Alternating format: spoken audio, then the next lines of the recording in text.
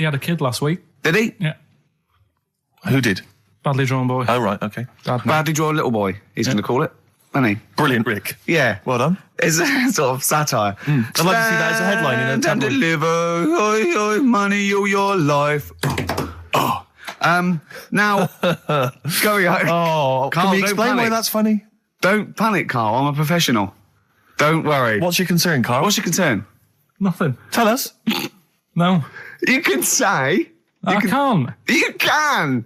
This is so unprofessional. It's what? What have we done? What, talking about wool? Right. Come on, Carl, what's the problem? What's the problem? You say. He's great, and He's so lovely. scared. Come on, Carl, tell us. I don't know all the ins and outs, so I don't want to get into it. What? The thing. No, Well, you look, can, you can't. People are perplexed now. What's the thing, Carl? what's the thing? What are you worried about? Say. Is it an email that's been received by the head of Yeah, XFM? you've got the email open. you can have a talk read. about. You can say what it. Okay, let me just without. see. I don't understand it. Please know that under a ruling at the Old Bailey, any reference to Adamant's state of mental illness in any news report will constitute a breach of the ruling and therefore lead to serious action from his lawyers. That's right, and that's true. That's subject. We can't talk about that. You can play his records and Sing his classic songs. Sing songs. Yeah, well, it's best just to leave it, innit? Yeah, but that's what Carl was a little bit worried. There's no way I was going to mention that or influence anything, and I totally agree with the law, so don't panic, Carl. That should have never been sent to you. Why? Because it's like, accidents happen. Go on then. When things like that happen, right, you've been told not to mention it, Yeah, and you're like a little kid. yeah, And once things are in your head, yeah, it's difficult not to mention it. I mean, when I was a kid, yeah. Go on. right, my mum's sister Hazel Right. was seeing another bloke. It's weird because she's a lesbian now. That's really weird. That must have been an interesting Christmas. But anyway, she was seeing this bloke, and it looked like Ken Dodd, apparently. He looked like Ken Dodd. Looked like Ken Dodd. So people said, don't mention it because it gets on his nerves when you like meet him and you go, oh god, you look like Ken Dodd. So I said, all right, his name is Will or whatever. And I was introduced to him. First thing I said, nice to meet you, Ken. Did you do it as a joke, or did you? No, because when you know that he's like, I'm not allowed to say that. I can't say that. I mustn't say that. Can't. And then I saw him. I thought, Jesus, does look like him. It just came out. Was it Doddy who turned her into a lesbo, do you think? Well, he wasn't a good-looking bloke, so possibly. She started going out with Esther Ranson though, which is weird, out of the frying pan. What was the story with the lesbianism then? How did she announce that to everyone? What age was she when she realised? Well, I mean, we're not a close family. Do you know what I mean? We're not No. a sort of family who keeps in touch with everyone. And I think my mum called her up one Christmas and sort of said, how's the Diddy Will? men? How's Will? Yeah, how's Nutty Ash? And she said, oh, no, I'm not. I don't do that anymore. I'm knocking about with Sandra or whatever. Right. And it was like, oh, right. Not big butch Sandra with the big earrings and the skinhead. He used to live down the road from you. I don't know. He used to I get haven't met her. Doc Martens wholesale. That's Sandra. But she had a haunted house. Go on. Who, Sandra? No, Hazel, Right. Is this before she was a lesbian or not? before. Okay. And there was a bike in the hall and the pedals used to go backwards. There was a what in the hall? That's handy, isn't it? Oh, that's great. Don't worry, we won't do anything. I want to know about the haunted house. There was a bike in the hall. And what There was a happened? bike in the hall and the pedals used to go backwards on their own. And also shoes used to stick to the wall or something. Did they? Yeah. Yeah. Shoes used to stick to the wall. Yeah. Okay. That sounds like a That's all. hell of a household. Yeah. Oh, yeah. dear. Brilliant. Maybe she should clean the walls. Express 2 featuring David Byrne, Lazy, XFM 104.9, 1:45. I'm Ricky Gervais. Steve's got the sun.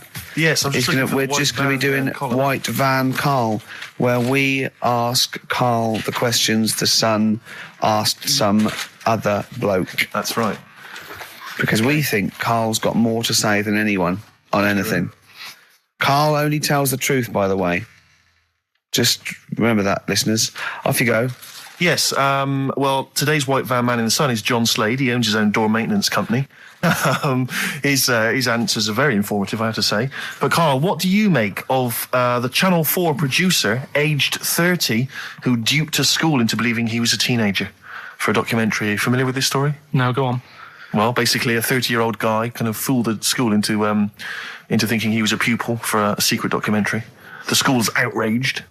Do you think that that's, for you, should anything go when it comes to making TV? I think I've said to you before, there's loads of kids at my school. I remember being in the first year, and kids who, what year do schools go up to? I was in the first year. What is it? 11. 5? Oh, sorry, first year of infants and juniors. No, secondary school. 11. Right, year 11. Kids have beards and stuff. No, not year 11. They're 11 when they first go to secondary school. Right. Well, I'm 11. The kids at the older end. Well, there's the fifth form, and then there's leave when you can leave when you're 16. I think, can't you now? Right. Well, kids who were 16 looked old. They did have beards. I remember going there and thinking some of them were teachers. I think he's answered that. Next one. What's the next one? Tattoos and everything. I think they're kids in the earlier years even. What do you make of the fact that Mariah Carey's £38 million payoff has cost EMI staff their jobs, and we're talking 1,800 EMI staff who have lost their jobs? What do you think of that? Yeah, I mean, is that silly money, Mariah Carey, on 38 million? She doesn't need that much. She doesn't need that much. She has to dress nice, though. It's not her fault. I'd say it's bad business. Okay. Because EMI, did you say? Yes. Right. They've got rid of them staff. Yeah. Mariah Carey's left. Who's going to do the work? Do you think Mariah should come back and do some temping? Well, they should have got a loan and paid her. Okay. Do you know what I mean? Vicious circle, that.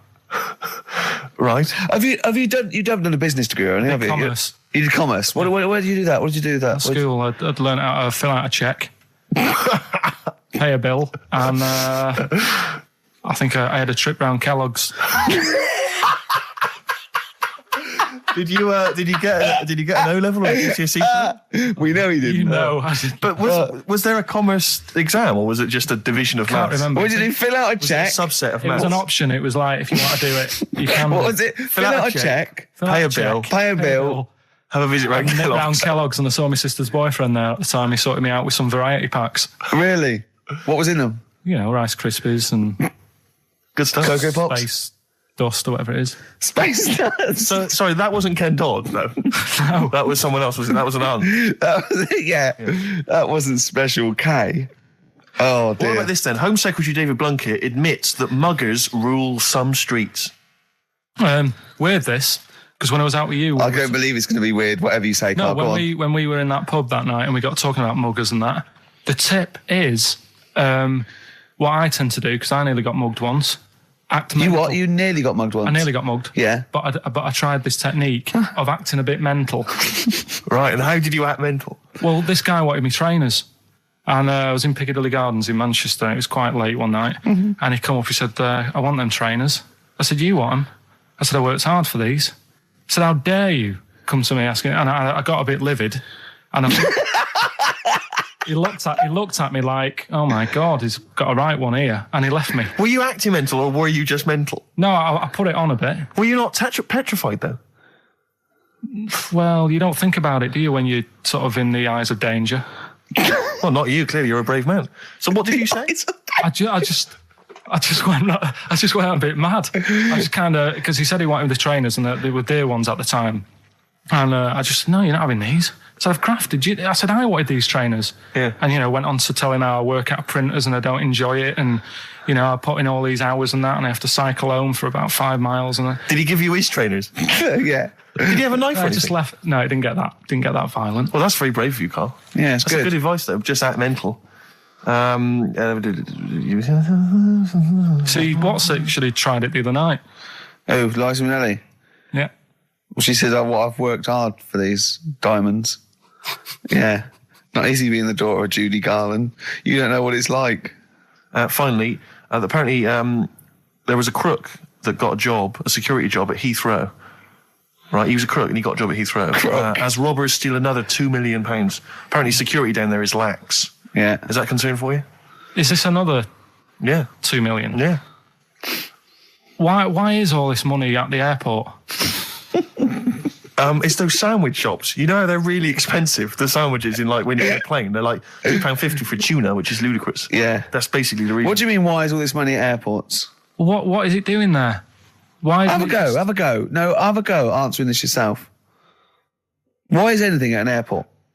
It's going somewhere. Or coming in from somewhere. Yeah, but money, you can sort it out through the bank, like phone banks and that. Have you done commerce? You know a lot about paying bills and writing out checks. Yeah. Tell us about Kellogg's. What was it like? What was in the factory? Was it just like squashing bits of corn? Pretty boring, really. Just loads of conveyor belts, boxes of cornflakes everywhere. Just what you imagine. Yeah. So is it more, this is where you might be working? This is where you're likely to work? Possibly. There was 2 trips. There was that and the trip to Manchester Evening News. Okay. And I left that early because I had a job in Cordon Bleu. In Kellogg's? Cordon Bleu, what's that? It's like a supermarket. Yeah? And I had to leave the trip early and the teacher went mad saying they'd thought I'd got lost on in the building and stuff. What, you didn't tell anyone? No, because it was like day 2 of working in this supermarket and I couldn't be late. I thought by the time I explain where I've got to go and everything, I'll be even later. Sure. So I just left, and then apparently they were searching the building and everything for me. Oh, were you? Stuck in a printer. Don't know. Stuck in a printer? I don't know. What was the printer's name? You worked at a supermarket called Cordon Bleu. Yeah. Cordon Bleu! Brilliant. That's great, isn't it? It's rubbish. Oh. Got sacked. What did you get sacked for? Messing about in a... back in the car park round the back. Yeah. Right, there was a grid, and all the concrete had gone funny, so when it rains, you got like a big lake. Oh, yeah. Right? And I got in, do you know those big metal trolleys you get to like put all the food in whilst you... Oh, yeah. And I got in one of them and pushed myself out into this lake. Of cement? No, water. Full of water, because it had been raining. Right. And I got stuck in the middle, right? And the boss was like, where's Carl? He's meant to be doing, facing up the beans.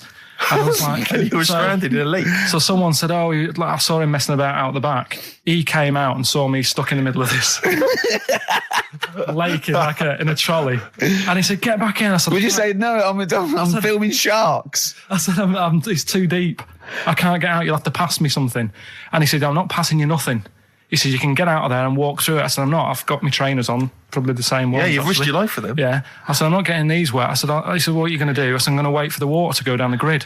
He said, the grid's blocked. Now get out or you're sacked. I said, well, I'm not getting out. He said, right, you're sacked. So you were sacked. How long did you have to wait for the water to go down the grid? In the end, I did get bored and I sort of did a bit of a leap and a jump and got 1 foot wet. How long were you waiting? About half an hour. Just think of it. How did he get himself into that situation? That's fantastic. Should we play a record? Oh, definitely. That's a joy. Oh, you're an absolute pleasure. More White Van Man next time on the show. Electric Soft Parade. I keep trying to get the album for free from you, Carl. You've not sorted me out yet. I have to rely on other people to give me different copies. No, I did try. Tracks. I'll keep trying. Please do. This is one called There's a Silence, Electric Soft Parade. Okay, listen, Carl. I think we've covered that. What do you make of the... what do you make of the first genetically modified baby? Oh. Are you worried about this? Do you know what did they do? What? Let me see what it says here. Isn't it just choosing the, eye colour? Well, this is the concern, isn't it? That in the future you'll be able to decide whether it's a boy or a girl, how intelligent it is, what it looks like, is it handsome, is it ugly? Obviously, no one will choose an ugly baby, and so on and so on and so on. And so it means that where will it lead? Where will it end, Carl? Are you concerned? I've thought about this a lot. What will us three look like in the future? If they're being, genetically modified beautiful people, what will we be like? How will we be considered in society? True, yeah. But we've talked about this before, haven't we? About the cloning thing. Yeah. That's a bit weird. Yeah. But I don't think it matters because at the end of the day, right, you might look like some other kid, but it's the way you brought up that will change your features and the way you are, your personality. If you lie, you get a long nose, don't you? Well, no, but listen, right, because I remember... When we, I was growing up on this estate. This is going to be good. Go on. No, it's not. It's just an example of how this doesn't work. Go on. So we don't need to worry, sort of thing. Sure. Right? Okay. So I'm growing up on this estate, and there was this woman about 4 houses down, right? Who's a bit rough. All right. Didn't fancy her. Oh God, no. Right, but she had a baby. Well, tell me about her first. I'm interested in this woman. Why was she? It was a very... Was it like being a man in a dress? I didn't grow up in a posh house or anything. I'm not saying that if you live in a bit of a rough house, you're a bad person. What does she look like? But anyone can Tattoos? Clean up. Look like Tony Green with a fag on. They didn't clean up much, right? Oh. Which, even if you've not got a lot of money, you can still try and make the place look nice. Yeah. Right? But she didn't. And a kid used to take a horse into the house. Sorry. Whoa, Neddy. What do you mean a kid used to take a horse into the house? Where did he get a horse? Must have nicked it from somewhere. mustard on. You've seen a horse with it? No. What, is that from outside the saloon round the corner? Yeah, was it just tied up with a bit of lettuce? Right? And, Oh, that's great. I'd Did been Big out. Jake come looking for it? I'd been out. Oh. Nick, Sorry, let me get this. This was before the lynching stopped or after? Where did he get a horse from? What do you mean he must have nicked it? His mum said, where'd you get that from? I bought it. All right then, but keep it out of the kitchen. I don't want you going cattling rustling. Where did he get a horse from, Carl? And how long did he have it for? Was he leading it or riding it? Mum, open the door. I can't stop. I can't stop it. Open the patio door as well. Looks like we got us a runaway. What do you mean? I don't know, but the thing is, they couldn't afford to buy one because they're not cheap. So I'm just guessing. Maybe that's wrong of me. But I think... He had a horse? Yeah, right. So That's why the family didn't have any money. They'd spend it on the horse. No, I don't think, that's what I'm saying. I don't think they would have bought it. So anyway... Yeah, it's wise to whisper, Carl, in case they're listening. Yeah. And They could be in the room next door. It's not buying it, it's keeping it as well. Oh, so I was like in the car with my dad coming into the avenue, and you used to have to drive down it to turn round and, and you know, sort of go back to our house. You had the traditional method of transport. Yeah. And the horse was in the lounge, Reading a paper. just like walking around. Oh God! What? And when I was doing, I tried to earn myself some money once by flogging little flowers in plastic cups. What? This is genius. It just keeps coming. What do you mean you're trying to flog little flowers? What do you mean? Wait. Let's play a record. Let's play a record and come back to this, because the story's going to just unravel and unravel. It's going to go for hours. Let's play a track, deeper Carl. and deeper. It's like an onion, isn't it? We've created a whole world here where there's a man living with a horse. Just walking around the lounge. I come from the West Country. I've never heard anything like that. I just think of a big sort of like orange carpet and it's got a rediffusion telly and this horse going, I'm fed up in here. Exactly. This is really... I am not taking the rubbish out again. Yeah. Right, play a record. Let's have Velvet Underground. We got that lined up. Oh, yeah, the God. classic from the first album. I'm waiting for the man. Let's come back to the horse in a second. Little flowers in pots. What do you mean? From that classic first album, Velvet Underground and Nico, which apparently peaked at a disappointing 171 in the US charts. Think of that. And that's obviously Lou Reed, the Velvet Underground, and Waiting for the Man. Yeah, great track. So we were talking, we were doing White Van Man, and we got onto... genetically modified babies, but and then somehow... Carl started telling a story about someone with a horse, and then he got onto... He was trying to make money selling flowers. Just do the flowers briefly. Well, hang on, I just want to recap slightly. So there was a family, and who had the horse in the family? It was... Because you lived on an estate in Manchester. So the mother was a right pig, apparently. I don't know if that's you relevant. don't need to go that far. But what I'm trying to do is like make a picture for you so you understand. What a a picture like? it Who is. did she look like? Bit of a, and no disrespect to her, bit like Pauline Quirk. Quirky, yeah. Right? Okay, I knew you were going to say that. Yeah. I knew it was going to be Pauline. Did she have any tats? Did she have any tattoos? I've never got that close to her. Okay, all right. So who had the horse? Was this her son or her husband? No, her daughter. Her daughter had stolen a horse. Yeah, from I don't know where. There was I think there was some stables down the road or something. And they kept the horse in the house with them. They kept it in the house. Did they didn't get have caught? it for long. No. So, and you said you were in the house one day and you saw the horse in No, there. what happened was I was, they did this thing at school about raising money for charity, right? For some local charity. And they said you can do anything to raise money. And they came out with all these ideas and I thought, that's good. What was the charity? Well, I don't know. I thought, forget the charity. Yeah, that's I'm just a a good money charity, making yeah. idea. So- You're a charity. So I asked my mum for some, because she used to have a lot of flowers around the house. Sure. I said, can I just take some snippings off them? And I'll go and buy some plastic cups. And got some soil out of the garden, planted the bits of plants in them. Yeah. Got a tray. Yeah. Had about 25 plants on it, selling them for 25 pence each. Excellent. Did you sell any? Yeah, so loads. Did you just cut? You didn't just cut them and stick them in the Yeah, they soil? wouldn't have survived. But I think people sort of thought, well, good on him for trying. But anyway, so I went round to theirs because I thought their house could do with a bit of colour and stuff. Yeah. So it's a bit rough. So as I went... The horse went, thank God for that breakfast. They've been feeding me kitty cat. So I got up to the door and they opened the door and it was one of them houses where no carpet. Yeah, a horse in the living room. You know. We've all been there. And the horse was walking around the living room. Oh. I looked quite happy and everything because I always say that about animals. Black Beauty right? was on. Yeah. Well, think about it, right? If you were a horse, where would you rather be? In a little wooden hut with a load of hay, or in like a house with a Central heating. 3-piece suite and a telly and that? telling you that. No, but I was saying this the other day. And an Atari. Right? I was walking through London. Commodore 64, rubbish. Exactly. Walking through London with Suzanne, right? Yeah. And you know, like homeless people always have dogs. And she said, "Oh, I hope she looks after it." I said, that dog is happier than most dogs, Right. Because people always walk past and give it a pat on the head. Yeah. It's with its owner all the time. Yeah. It's out in the open. It's not locked up in a house. Yeah. It doesn't You know what I eat, mean? but other than that... No, it does eat though. They're always all right. So that's what I was saying. I think this horse was doing all right for itself. Do you know what I mean? Well, not many horses have got their own house. Exactly. For a start, yeah. But anyway, that's by the by. Yeah. So anyway, this family, who's a bit. What we were talking about? It was about cloning. Genetically modified kids and all that stuff, yeah. Right. Now, what I'm saying is, you could say, right, Steve, you could have a baby, right? And Ricky could see it and say, God, I want one that looks like that. Yeah. Right. It could happen, Rick.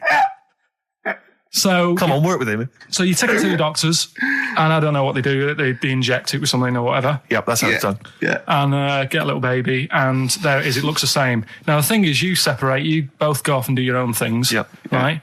Now, you look at Stephen, you look after your baby. Yeah. You treat it well. You give it good food and I'm that. a good dad. All the vitamins and stuff. Yeah. Ricky just gives it cheese. Right? So then it changes its looks. It goes a bit fat. It gets tired easily and that sort of thing. Now, when this family... Why am I just feeding a baby cheese? Right? This family who had a horse in their house. Yeah. They had a little baby. And my mum went round and said, "You're not going to believe this, but it's a beautiful looking baby." Right? Yeah. And I was like, well, And the weird thing is, it was a good-looking kid. But as time went on, they didn't really look after it. And I'm not saying, like, abusing it, but it used to run around. It used to play out till, like, 10 at night. Yeah. It used to chase cars. Right. It was a bit... Did it have hooves? No.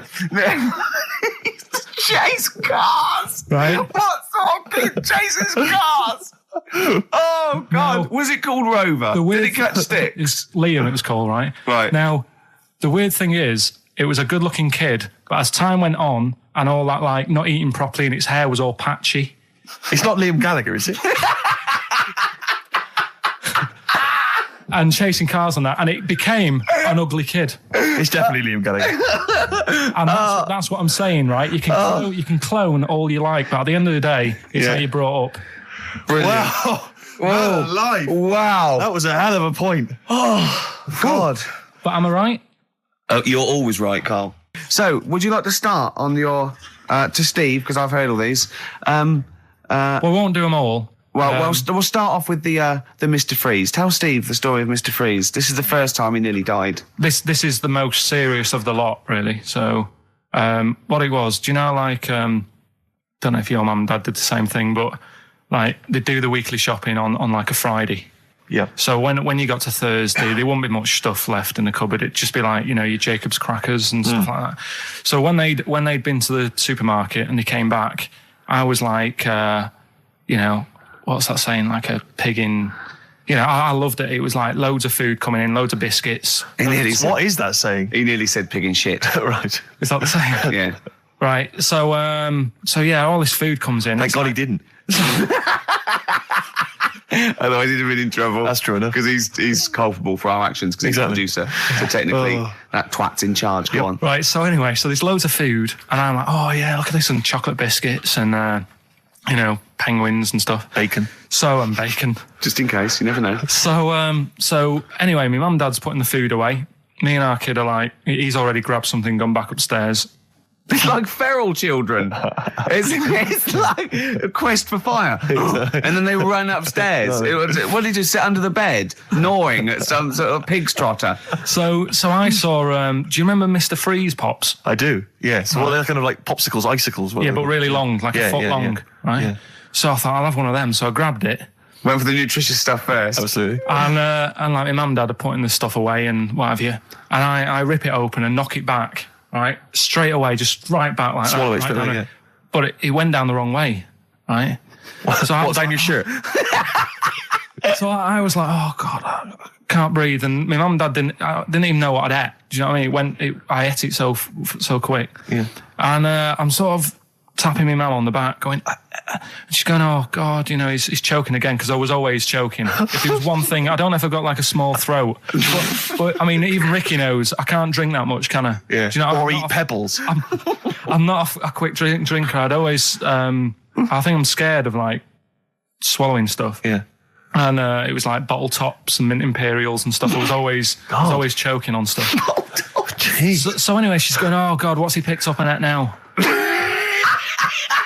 Drop it. So- Hit his nose with a stick. So I was going, I'm choking. At this point, my dad had I think he'd put his share away, his food away, and he'd gone. His share. I love it. Yeah. He'd gone to watch like Winner Takes All or whatever in a lounge, and I was in the kitchen, and I was starting to I didn't care anymore. Do you know what I mean? I just got to that point where I wasn't struggling anymore. You just thought, I'm done I just for. was like falling to the ground.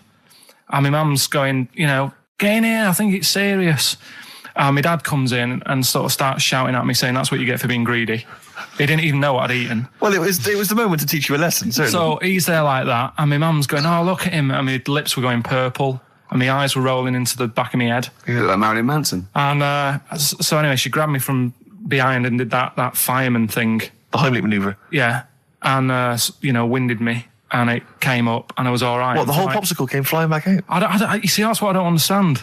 Because there was nothing there. No, just a little bit. No, it swells up, doesn't it? Because it irritated it. So it went down your epiglottis. It went down the wrong way. It went into your air canal instead of your throat. And it sort of spasms. And that's the fear. You just got to calm it down and relax. So in time, I would have been all right. Yeah, anyway. you don't. Well, no, you might have. So that's so that's hang on. one. So, but No. But the weird thing is, for 3 days after that, I felt like a sort of a special person. I went to school. I'm saying nothing. I did full days. a special needs person. Yeah. I went to school the next 3 days after that. I didn't wag it or anything. I did full days. I love that. 3 days, turn over. Yeah, exactly. After 3 days, you thought, screw it. Yeah, did a quick history exam. But have you ever had that where you've felt like I've been given another chance here? Right, next one. weird. That's popsicle. That's popsicle hell. We'll call that. Right, next one. Which one's the next one? Oh, what about your paper round? Right. Can I ask very quickly, did your life flash before your eyes like they say it did? No, I just sort of went really calm and I'm ready for this now. Right. I wasn't bothered. Do you know what I mean? You had no scared. regrets? No. It was weird. It was really weird. Yeah. But anyway, the paper round one. Paper round, I'd still say it's the best job I've ever had. And he means it. No, I really enjoyed it. It's like, you don't have to work with anyone else, right? So you make your own rules. Just think of that. You sort of You're around, spreading information to people, vital information. giving a service, and no one else is around. You can just do what you want and think about stuff whilst you're cycling around on your bike. It's really good. Yeah. So anyway, Imagine the stuff he's thinking about when he's riding around. I can't. Oh, so getting in the head of a salamander. So anyway, I loved it, and even though I only got 50p a day, right? No matter what the weather was like and stuff, I used to get up at 4:30 and go and do the round. And why'd you get up at 4:30? Because I wanted to watch the Pink Panther at 5:30, so I wanted to get me paper round done. I said, why didn't you watch the Pink Panther? And then do the paper. He went, I can't sit there thinking I've got my paper round to do. You'll ruin it for him. Yeah. So is it a good job or not? So 4:30, I was up and about. And this morning, it was winter, really bad winter, bad snow, freezing cold, really windy and all that. And my mum said to me before I went to bed, she said, don't be getting up tomorrow. I'll give you the 50p. I said, it's not about the 50p. So, people want the papers and stuff. So, conscientious. So anyway, I went to bed thinking, that's it. I've told her I'm still going. So, whatever. Go to sleep, get up in the morning and put all my kit on. And I used to have layers of clothing on because it was really cold. I had a big anorak on with the fur on. I had waterproof pants and I got my paper round bag. And I went downstairs to get out and tried to open the door and it was locked. I thought, God. So she'd locked it so I couldn't go out. So I'm searching around the house looking for the keys. She must have hid them somewhere. I thought, oh God, I've got the papers to do. So I thought, how can I get out? So I went upstairs, climbed out of the bathroom window. God. Right, and to try and jump out of the bathroom window onto the porch. But the problem was, I had so much gear on, I was like the Michelin Man. So I could hardly move as it is. Yeah. And I'm trying to get out the window, and I'm like, trying to stretch down like that, get my foot on the porch. And my bag got caught on like the hook of, do you know, like how you have a hook so you can put the window open? Right, yeah. The little arm goes on. My bag had got caught on that. I was holding onto the wall and my foot on the thing, so I couldn't sort of pull it away in case I pulled it away and then fell on my head. Yeah. So I'm stuck there. Dangling. My dad comes back from working nights. Yeah. He thinks I'm a burglar. Gets out his gun. So he's shouting and stuff, going mad and going, Dad, it's me. And he had to give us a hand using a... He's heard that wily trick in Manchester before. He had to help me using a washing prop thing, a big stick. What did he do? Well, he said, just hold on for your dear life and I'll sort of push the paper bag off the hook. Why didn't he go upstairs and sort it out? It was at that point where I was in the middle. There was nothing you could do. Do you know what I mean? It's at that point where you've just got to make a decision. Yeah. And by the time you go upstairs, who knows what might have happened? Sure. Do you know what I mean? You've got to act there and then, not messing around. Yeah. So And you could hear downstairs, now here he is, the Pink Panther. Yeah. Dad! Hurry up. Panther. Ever so pink. Oh. So that was close to death because I must have been about 30 foot in the air. Yeah. And I would have, that would have been nasty if I fell to the concrete paving. So Well, there's more to come. Should we play a record and come back to this? Because he's got more. Oh, yeah, no. There must be no, one of them where you did fall on your head.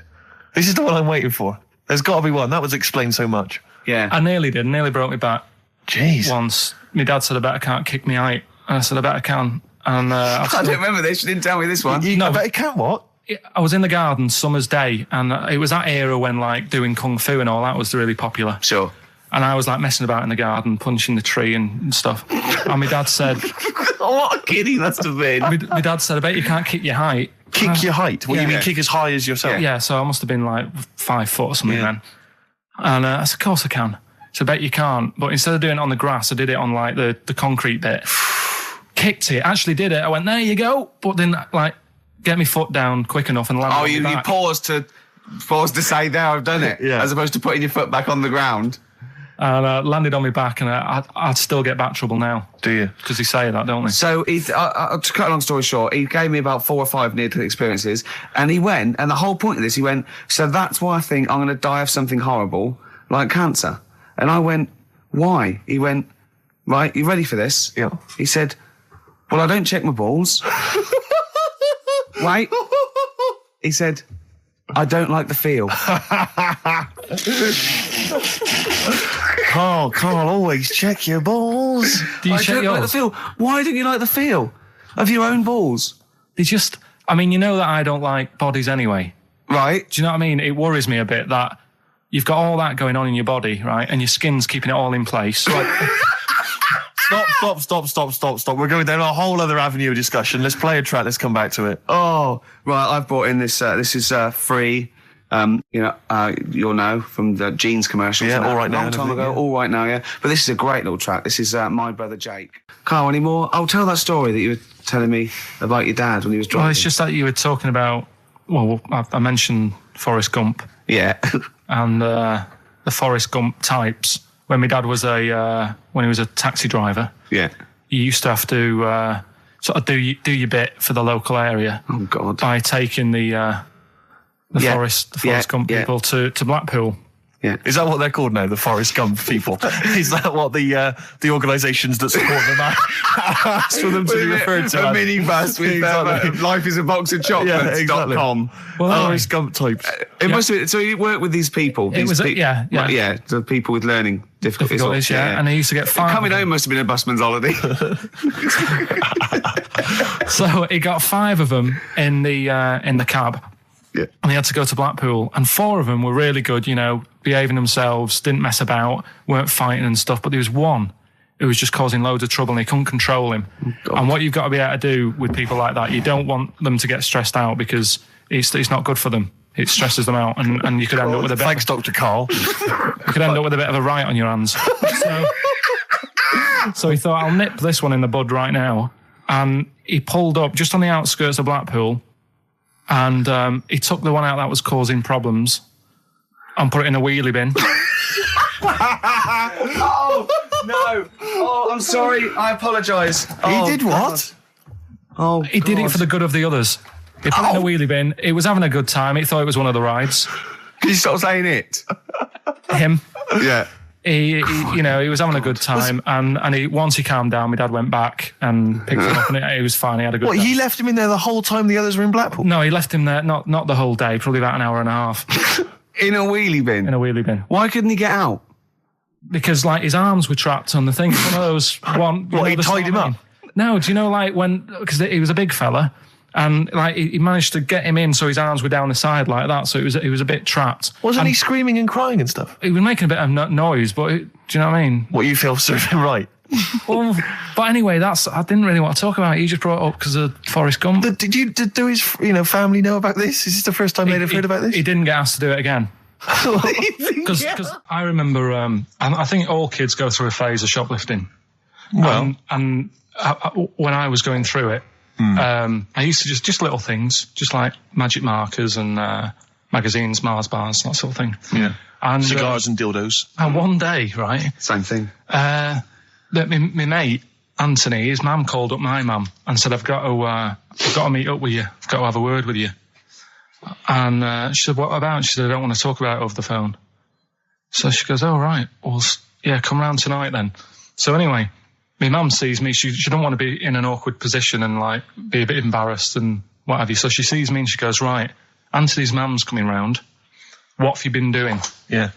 So I go, "Oh, God." I said, I've been nicking stuff.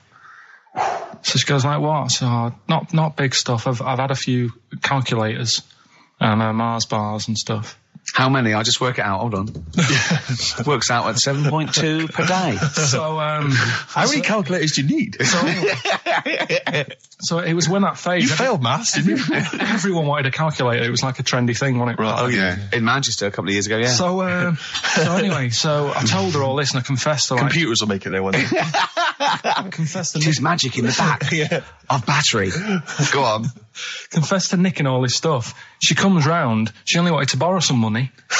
Brilliant. She said, "Oh, I don't like asking. I was a bit embarrassed to ask you over the phone, but can I borrow 20 quid? Oh, that's fantastic. And there's me. That's great. And it's similar sort of thing to yours. And did you? And he went, "Hold on, Mum, let's just work out the interest on that. I bank 10%. She'll owe you £4.40. Oh, so your mum was a loan shark. yeah. And did she mention? She went, I just with that other, because what I'm saying is presumably you got your mate in trouble. No. Right, you didn't. No. She went, "No worries, I'll just go and get my purse. It's on the dressing table." Exactly. Yeah. Carl, do you want a cigar? what other things you used to give away at your disco then that you'd find on the dressing table? You used to go into your parents' room and go, "What can I give away tonight?" It was stuff like cigars. My Yeah. dad liked cigars. Yeah. I had a pair of tights. What do you mean? Unopened. You know, you get them in like a long... Who did you give that to? Just whoever did the prize. It was stuff like, we did like a little raffle. Just imagine Carl going, "This is for a pair Who's of going joyriding this Pretty week? Polly, sheer." Exactly. Yeah, who's doing a bank job this week? Exactly, that's what it was used for, yeah. Just little bits of, unopened makeup, just stuff like that. And did Right. their parents not notice? No, because it's stuff that you're not that bothered about. If a telly went missing, they'd notice it. They would, wouldn't they? They'd be staring at a wall for 3 days. But a pair of tights and a cigar and that, Yeah. get away with it. Yeah. But it's funny as well, because like you had two names. I just remembered. I started off as Dazzling Darren's Disco, just because the first lights I could afford belonged to someone who had their name put in lights. Right. So I went along with You that had name to for a bit. pretend you were called Darren. That's lovely. That's great. Is it worth it? Good. Brilliant. And then it went on to Pilkins making music. Yeah. Jeez. That's great. Anyway, should we have some more music? 'Cause, Yeah, we've go been on. waiting for hours. What are you going to play, Carl? We've got the Cooper Temple Claws. Oh, lined up. brilliant. I'm going out today. I've never bought a suit since I was like 11, right? I went to my brother's wedding. That's the last time I wore a suit. Right. Really? And you can't get anywhere near it now, can you? Can't get into that. No. That was a good day. What was it? What sort of suit was it? It was like a sort of a grey silver one. Excellent. Quite flary. Nice. Well, try and go Little for something grey similar. silver one. Just think that with your little round head, what did that look like? I looked all right. Like he'd landed from the... just landed on It's it. like, who's They walk among man? us. I didn't really need to wear a suit either, because I hardly went into the church. I was in the car park, right? And it's when my brother was in the army, and he had a Ford Capri with one of them horns that goes And you just sat there. Why didn't he come in his tank? I just sat in that, doing that all day, and the vicar was getting well annoyed with me. What, when the service was on? Yeah. I was driving everyone up the wall. Were you just allowed to do what you wanted when you were growing up? Like Nelson Muntz from The Simpsons? Were you just allowed, didn't matter, was there any discipline? You didn't have teachers, you didn't, why didn't someone come out and... I got a couple of good hidings off my dad a couple of times. What for? Just being mopey most of the time. If I had a strop on, he'd hate that. He'd go out and burn something down or nick something, but don't wander around with your head down. Well, didn't he smack you for not liking a castle once? Yeah. No, what's that? Went to Carnarvon the other day, and I was bored. I was at that age when I just wanted to go in an arcade, and my dad was saying, come and see the castle, there's history here, and I still don't like castles. It's one of them things that, again, just too far back to sort of even think about people living in them. Yeah. Do you know what I mean? So I was just like, look, it's a wreck, knock it down, flatten the thing. Sure. And I was being really mopey. Isn't that great? And it's weird, because now, like, my mum and dad have retired and gone to Wales. Yeah. And now and again, he texts me there, and every time we get to the point where he gave me a clout, he goes, you're getting flashbacks, son. Yeah. Well, it's a sobering lesson for you. Yeah. You're not on the British Heritage Committee anymore, are you? No. This is the National Trust land. Tarmac it. The biggest car park in Britain, for Christ's sake. Iggy Pop on board on XFM 104.9. I'm Ricky Gervais. Steve Merchant here as well. Yeah, little Karl Pilkington. Well, to reintroduce or introduce people for the first time to Karl, I think we should have a... Yeah, maybe sort of a quick Q&A, Karl, and we don't need sort of lengthy answers from you. We don't need lots of detail. It can be just a couple of sentences. Just to get a flavour of who you are. Yeah, so firstly, name obviously Karl Pilkington. Age, Karl? I'll be 30 next month. Really? This month? No, next. Where are we?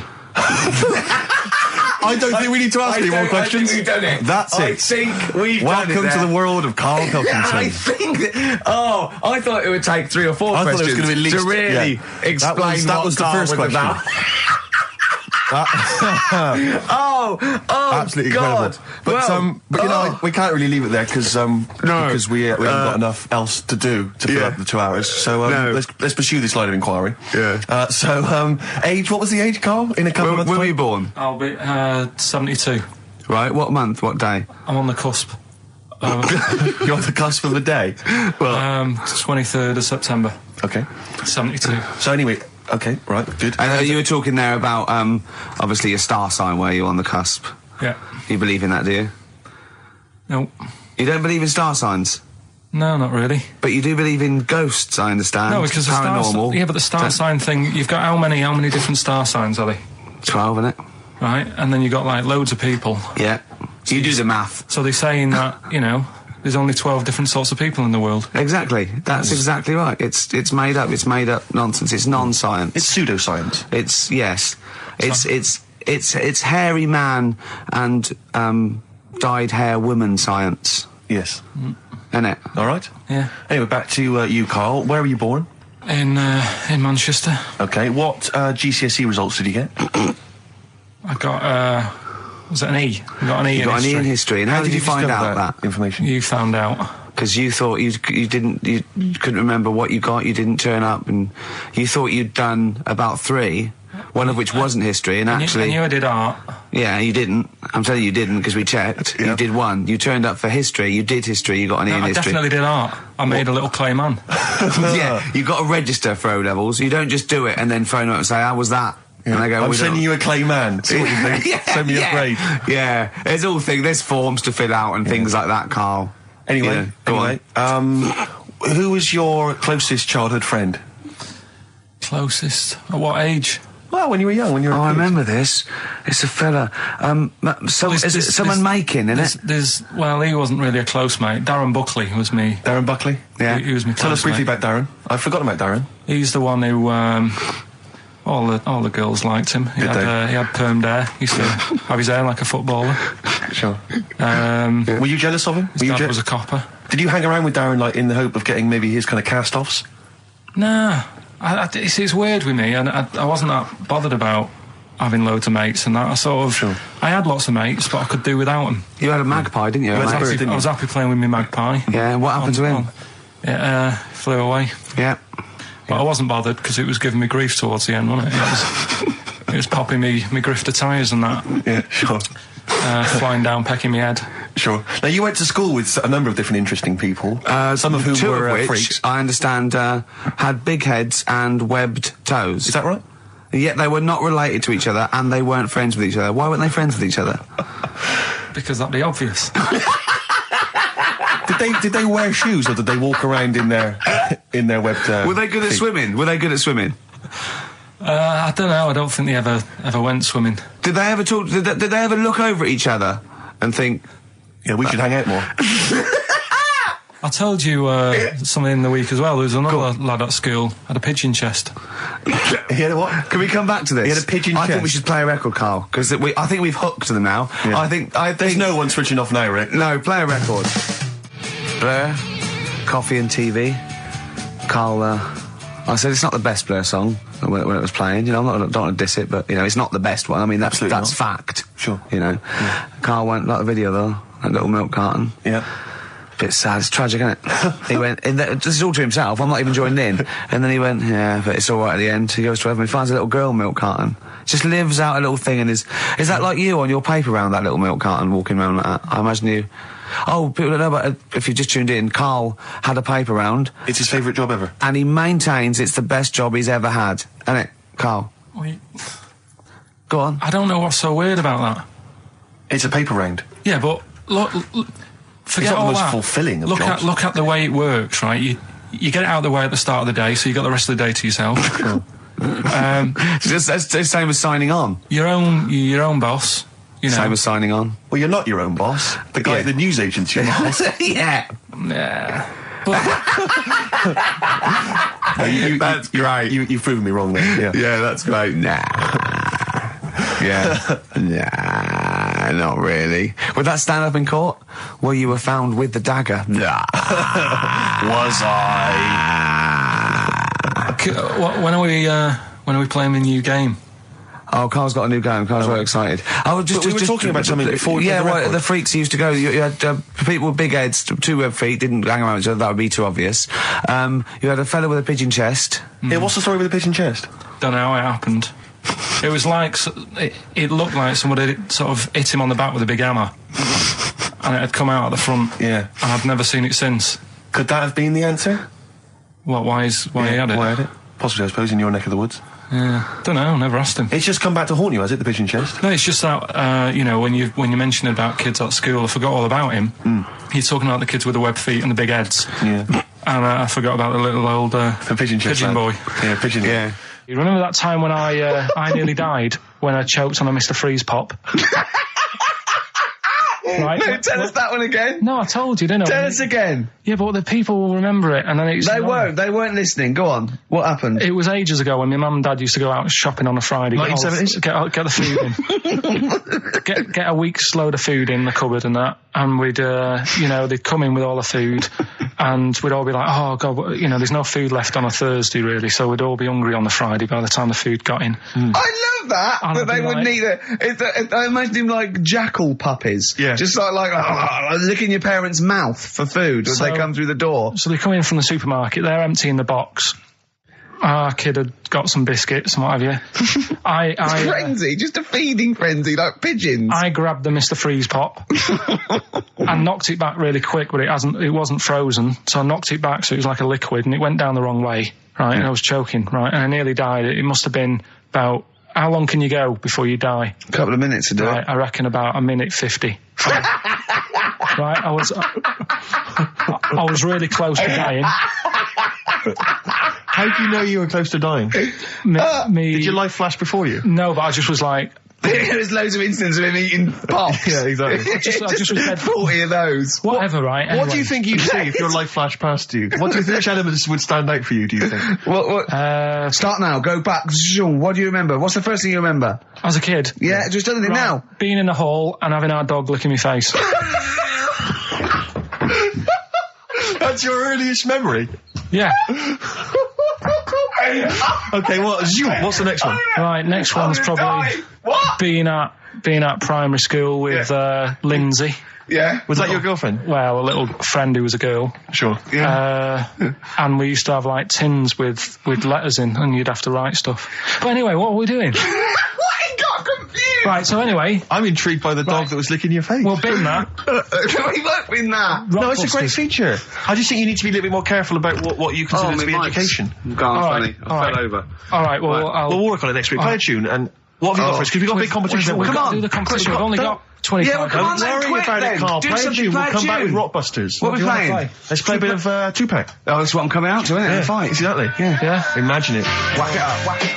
Right, when I did boxing at the youth club. Once, when he did boxing, he fought once, he fought a little weak kid, because it was his first day, battered him. Next week, it was someone else's turn, and he got battered and he left. Yeah, I said, right, I've had enough. But there was Yeah. there was a ladder there that I had to work, right? And I decided after the sort of the first step, I thought, it's not for me, this. Yeah. But if you win, it's all kind of like, right, well... Yeah, the world's There you your go. oyster. But it's a programme. It's just a one-off programme, isn't it? It's like, it is like, you gotta treat it like faking it. Yeah, but faking it, right? That little gay fella who ended up being a doorman, he's actually doing that as a proper job now or something. He loved it so much. Do you seriously think I have any intentions of getting into the fight game and leaving entertainment Well, behind? what's the point then? What do you mean? What's the point in watching television? It's entertainment. Or educational? I watch it to sort of soak in Well, information. this is educational. I'm learning a lot. I'm actually learning a lot, and I can't believe my luck. I've got professionals telling me, you know, hopefully how to lose weight and punch hard. That's just fun. It's like having golf lessons. Right, but say, I mean, here's an example. Go on. It's a nice way to plug it. We've got Rockbusters coming up in about 10 minutes or something, right? Now, Look forward to that. people email in, and they don't just do it for fun. They do it because they know they've got some good prizes lined up. Right. So they're doing it because it gets them something. Yeah, my prize is that I've learned something in life. I've gone through an experience, and hopefully I'll come out in some way better if I don't get mashed. That's it. That's the prize. That's why we do anything, isn't it? I think this is an example of you, Carl, is you give up too easy. Yeah, you, and took up the boxing, you gave that up straight You away. think there's no point in anything? I did Crusaders for I think I lasted that out for about 4 weeks. What's that? Crusaders? Well, it was my mate, right? He was religious, and I'm not really. But No, I mean, you believe in ghosts, though, and shadows pushing people off bikes. But go on. it's the same time. I think I told you once before that I went to the church with this lad because Right. I swore, and he said he was going to tell me dad. Yeah. I was effing and jeffing. So he said, if you come Is that how they get people to church nowadays? I love that one kid that he hasn't got the idea of the protection game. There's nothing in it for him. Either you turn to religion or I tell your father. Right, so I went to church with him and that, and then the next week he said, I know that was rubbish and you didn't enjoy it. It's when I got kicked out for messing with a tennis ball in the pews, right? I don't think we've heard that, but I don't think we could possibly go into that now. Summed it up. Yeah. So, Well, no. No, come on, that's we'll it. come back to that. You had a Okay. tennis That's the ball and story. some pubes. No, in the pews. in the pews, right? Yeah. But anyway, so I went there and I said, I don't think much of this church thing. It's a bit boring. Sorry, and so you went to church and you ended up in the Crusades. No, what's the crusade? Crusaders. What it is, it's meant to be the fun part of religion for kids. Right. And my mate said, oh, you want to come along? It's, you go on a Friday night and do it on a Sunday as well. Right, so I went on the Friday night. It was brilliant. They had Sabutio, played table tennis in this dead big old house. And what do they do at the end? Say, I hope you enjoy yourself. Remember, God gave you all this. Well, it's sort of, enjoy the simple things in life. You don't need computer games. You can play table tennis and talk with your friends. Yeah. And blah, blah, blah. So, yeah, that's all right. I think you'd be happy in a young offenders institution. You get to clean the toilets there But as don't well. forget, Carl, I think God invented Nintendo too. Right. Well, anyway, so that was all right. I loved it on the Friday. Yeah. And my mate said if you go for 4 weeks in a row without missing a day, you get a free badge. And, I was And like, salvation. I don't like all this sort of being stuck in stuff. Do you know what I mean? That's Yeah. what we had Yeah, in don't get school. tied down. Do you Yeah. know what I mean? It's like, every day. Yeah. Right. So, anyway, so you've got to come again on Sunday. So I thought, well, we'll have another game of table tennis. It'll be all right. Yeah. So anyway, I go on the Sunday. Who was this servant of God? Right. I go on the Sunday. It's like a totally different club. There's no table tennis. That's how they trick you. No Sabutio. Yeah. They start handing out Bibles. Oh. And It's I like a th- I was timeshare like, hang thing. on a minute, right? They trick you. So I didn't go again on Sundays. I used to just go on the Friday. Just go on the Friday. Brilliant. Brilliant. I'm amazed no one else saw through that. Well, the thing is, there used to be loads there on the Friday, so I bet I there thought they won't even notice that Yeah. I'm not, like, Yeah, do you know sure. what I mean? That I'm not showing up on a Sunday.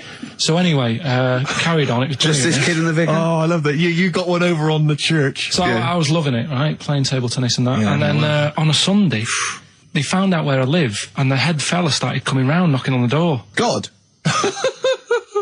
He's everywhere, Rick. Why did he knock? The fella, Politeness. the fella who like ran the club, he started coming round, knocking on the door. And I saw him coming up the path, and I said to my mum, "Oh, it's the fella from the Crusaders." Yeah. She didn't even know what I was. No. she She was thought like, you were "What off are nicking talking hubcaps about?" and stealing cars. She didn't Yeah. have a clue what I was talking about. You've been going to church. to church, I don't You believe it. little bleeder. That's not how we brought you up. So I said, "Look, just tell him I'm not in. Tell him I'm not in." And then she had to keep doing this, and they were coming round every Sunday to try and make me like go on a Sunday. It was really important that I went, and that I was abusing the system and all this. Anyway, I didn't go.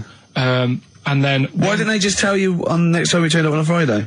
Yeah. No, well, because there was so many people there on a Friday, you just get mixed in the crowd. Yeah. It was jammed. It was well popular on a Friday. Yeah. Yeah. Right. But anyway, on one of the Sundays, it was quiet for a bit, and they stopped coming round. So I thought, right, I can go out again, right, on a Sunday, because I used to avoid hanging around the house. In case What sort of reign of terror is this? Incredible. So I thought, It's right. like the Spanish Inquisition. So I thought, great, they forgot about me. Yeah. Everything, I can carry on in sort of normal life now. Yeah. And I was playing out in the avenue. Fella comes round. Oh. And he goes, there you are. You know, you're always busy on a Sunday. You enjoy Fridays and that, don't you? I was like, yeah. He goes, well, come on, you've got to come with me. And I couldn't get out of it. You know what I mean? It's like, what could I say? Charlie says. Right? Yeah. So, anyway, he nearly killed me in a car crash. So that was the excuse I used next time. He had a Mini, right? And he was driving us there, and he hit the curb, nearly sort of turned over the Mini. Right? There was like 3 of us in the back. So I said... That record. So next time, Or was it a joke? Next time he came round to pick us up, I said, look, really enjoyed it and that. I said, but ever since that journey, I really, you know, I don't want to get in the car with you again because it scared me a bit. And I said, all right then, I didn't have to go again. That's all right, isn't it? That's extraordinary. Yeah. He almost killed you in a car It's a crash. parable. Thank God no one was hurt. Yeah. I remember that. Your life moves in incredible ways. Yeah. Rather like God. Yeah. So, So there you go. they're probably round there now, aren't they? Going, is he coming tomorrow? What we got? Well, are we talking about the prizes next? Well, let's talk about the prizes. We've We've got the big game, Rockbusters, coming your way soon, Rick. I know you're excited about that. And is there more educating Ricky this week? Have you got that planned? There is. We are struggling on that feature a bit now because I feel like we've covered a lot of topics. Yeah, I know. Well, I know about hairy Chinese kids and deaf people that hit their head and can hear again. So I don't think there's lots more to learn in life. That was the record before us, and here we are pre-recorded because we did this a few weeks ago because we're not here at the moment, are we? We're away in that. I'm Ricky Gervais, with me Stephen Merchant. Hello there. And Karl Pilkington. Well, He's not actually with us. No. He'll be in some of the best of clips that will be coming up shortly. yeah, this is just us, isn't it? This is just us. We did this. When did we do this, Rick? A couple of weeks back. Hold on, what is it? What It's the day is it? 27th today. Yeah, well, I enjoyed Christmas. I loved Christmas. I love Christmas. I had a great Christmas. time. What do you get? Loads of presents. So did and I. I'm glad they made it to number 1. I'm really glad. Stroke, he, she. Yeah, I'm really glad that the pop idols, Cliff Richard, Westlife, made it to number 1. Bo Selector. Bo Selector. Yeah, just delete that. As, Yeah. Okay, we're going to play some of the best of, some of the greatest moments of the last 3 weeks Yeah. ever heard on XFM 104.9. What about this? Do you remember this one? Oh, which one is it? All right, so here's the first bit. XFM 104.9, Ricky Gervais, Steve Merchant, Karl Pilkington. Tell us about this monkey, Karl. You're going to love this one, Steve, Go on.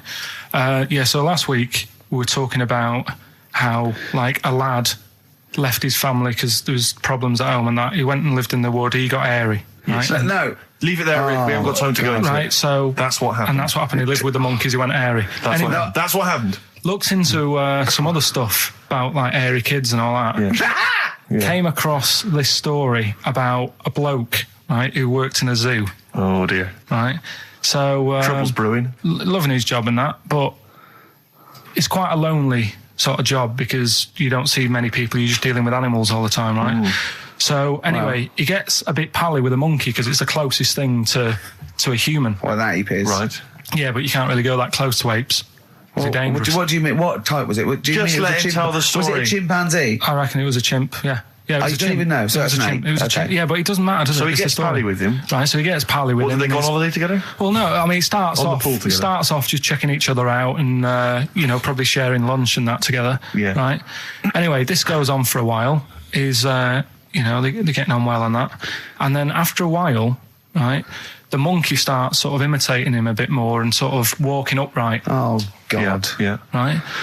So he thinks, oh, that's a bit weird. Anyway, they get on really better and what have you. So he thinks he could live at home with me. Because we're getting on the storm. Yeah. Right. So he takes him home, and before Is you this know the it, beginning of Beneath the Planet of the Apes? I think it is. I think you've seen this on video. I'm worried because he's already imitating him and they're moving in together. I'm thinking it's maybe a bit like Single White Female. Single White Zookeeper. Oh, brilliant. right. So Go on. anyway. So he's moving in, and it's getting used to sort of the normal human life. He's having a cup of tea in the morning. Yeah. PG tips.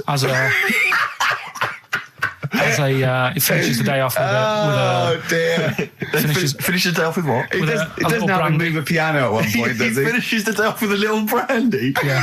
What, he pours himself one. Is he wearing a smoking jacket? Yeah, I'll tell you what, Carl. You're a maniac, mate. No, this is why it attracted me. It's amazing, right? So he's having his brandy and that, loving his life. Next thing you know, he sort of I don't know if he loses it or he gets shaved, but the top half of his body is hairless. Right? Apart from his head. Right, so he's got a nice So it's the head. opposite of the kid. Well, no, Yeah, this is what I'm saying. that would happen. Right. Well, hang on, but so you don't know if You he don't was even shaved know. or if it's How did it say? Then the hairless. What? I'll bring it in for you, the story, and then you All can right, well, see if okay, I've gone keep wrong. going, keep So going. anyway, so this is going on, and he's having a great life. Then the zookeeper starts getting a bit annoyed because he's having a better life than the zookeeper. The zookeeper's in the zoo. This is such So the rubbish. zookeeper's still got to do a day's work. The monkey's at home, he's partying, Well, he's it got gets his to a other point when he chipmates says round. there's no point you coming in to the zoo because the whole reason of you being there was because you're being kept there. Right. And he didn't want to bring the memories back, so he said, you stay at home. So You are you're talking such. Just let him finish. God, I don't know if I can sit here and listen to this drivel. I'm fascinated. It's It nearly sounds over amazing. anyway, right? It sounds extraordinary, Carl. So he's walking up right, he's having a tea in the morning, finishing the day off with brandy. Gets a bit out of hand, only tries it on with the zookeeper's wife.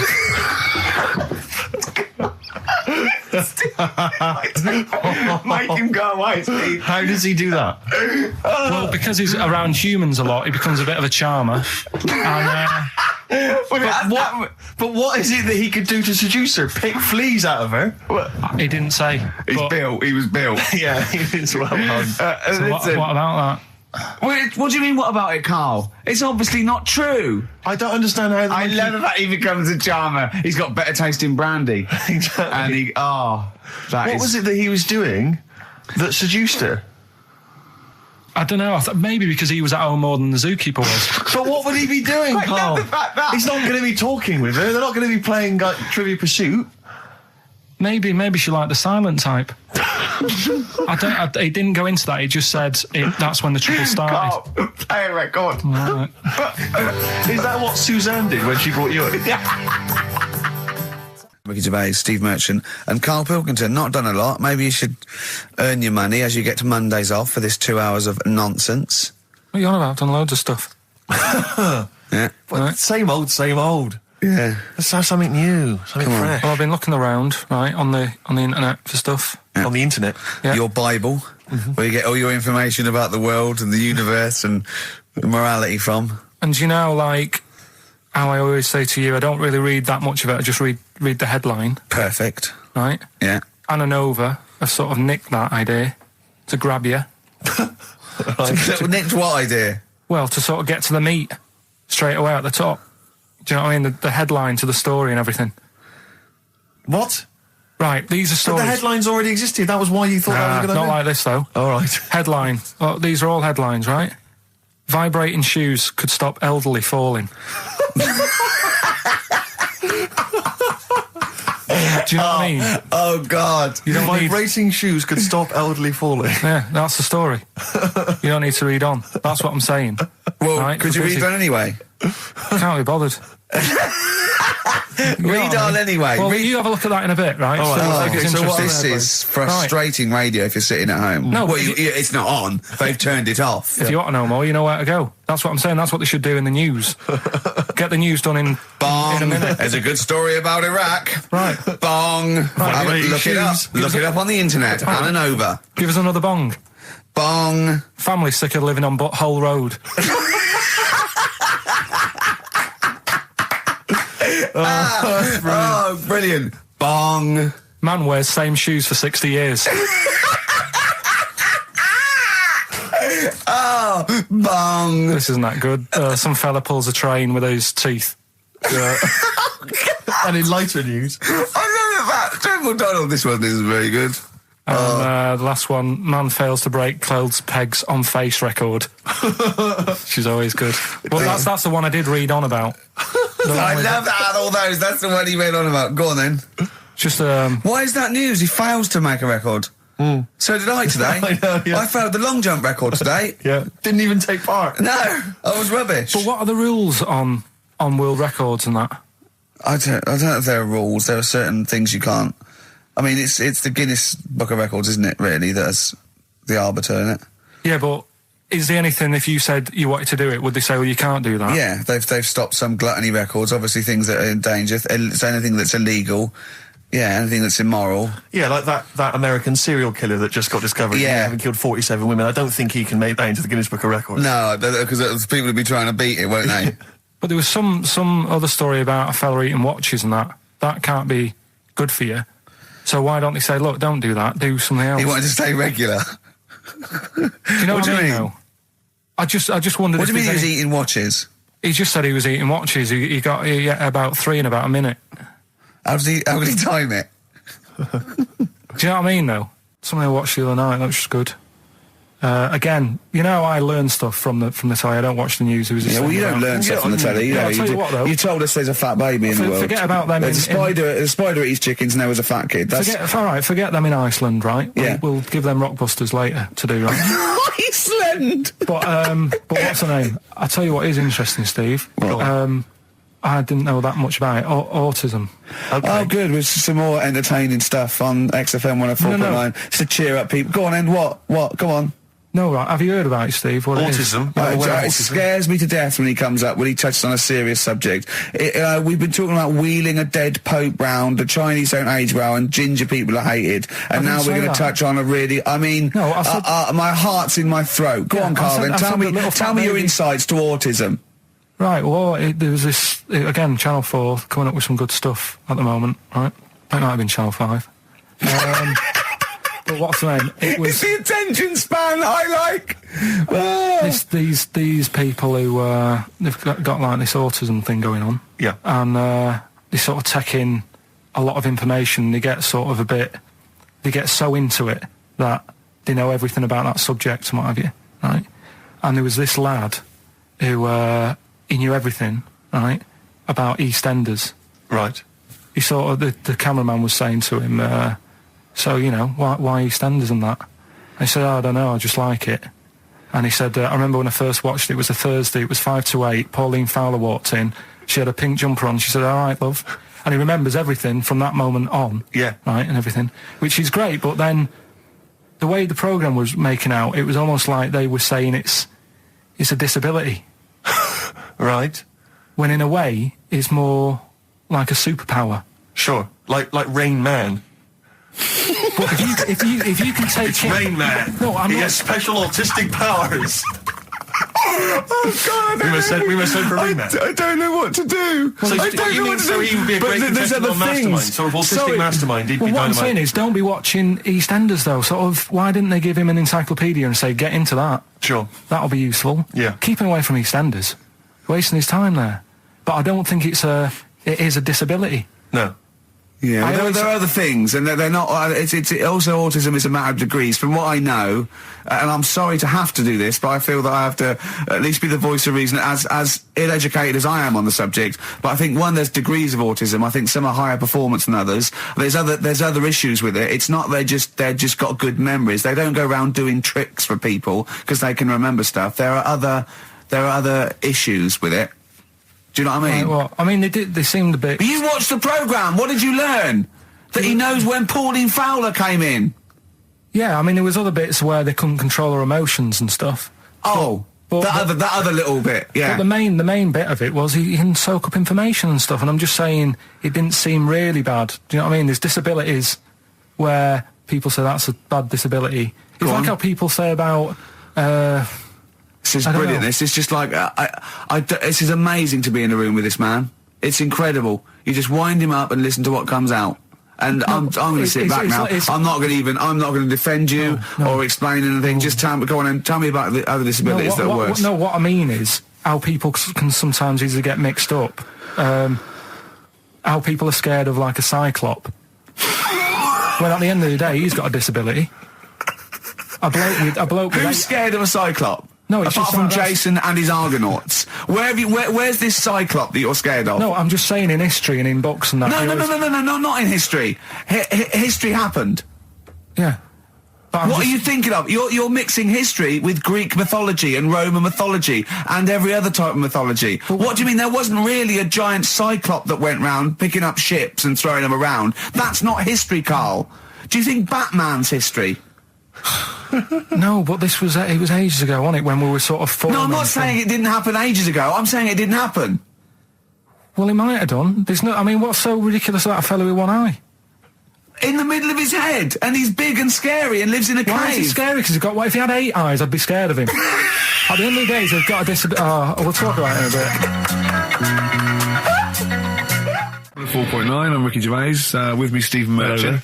It's the best of. You've been voting in all week, sending your emails, so here's the clips that you wanted. So on then, do a film review, quickly. Right, well today on film review, we're doing classic films, and today we're looking at Elephant Man, John Merrick, one of his better pieces of work.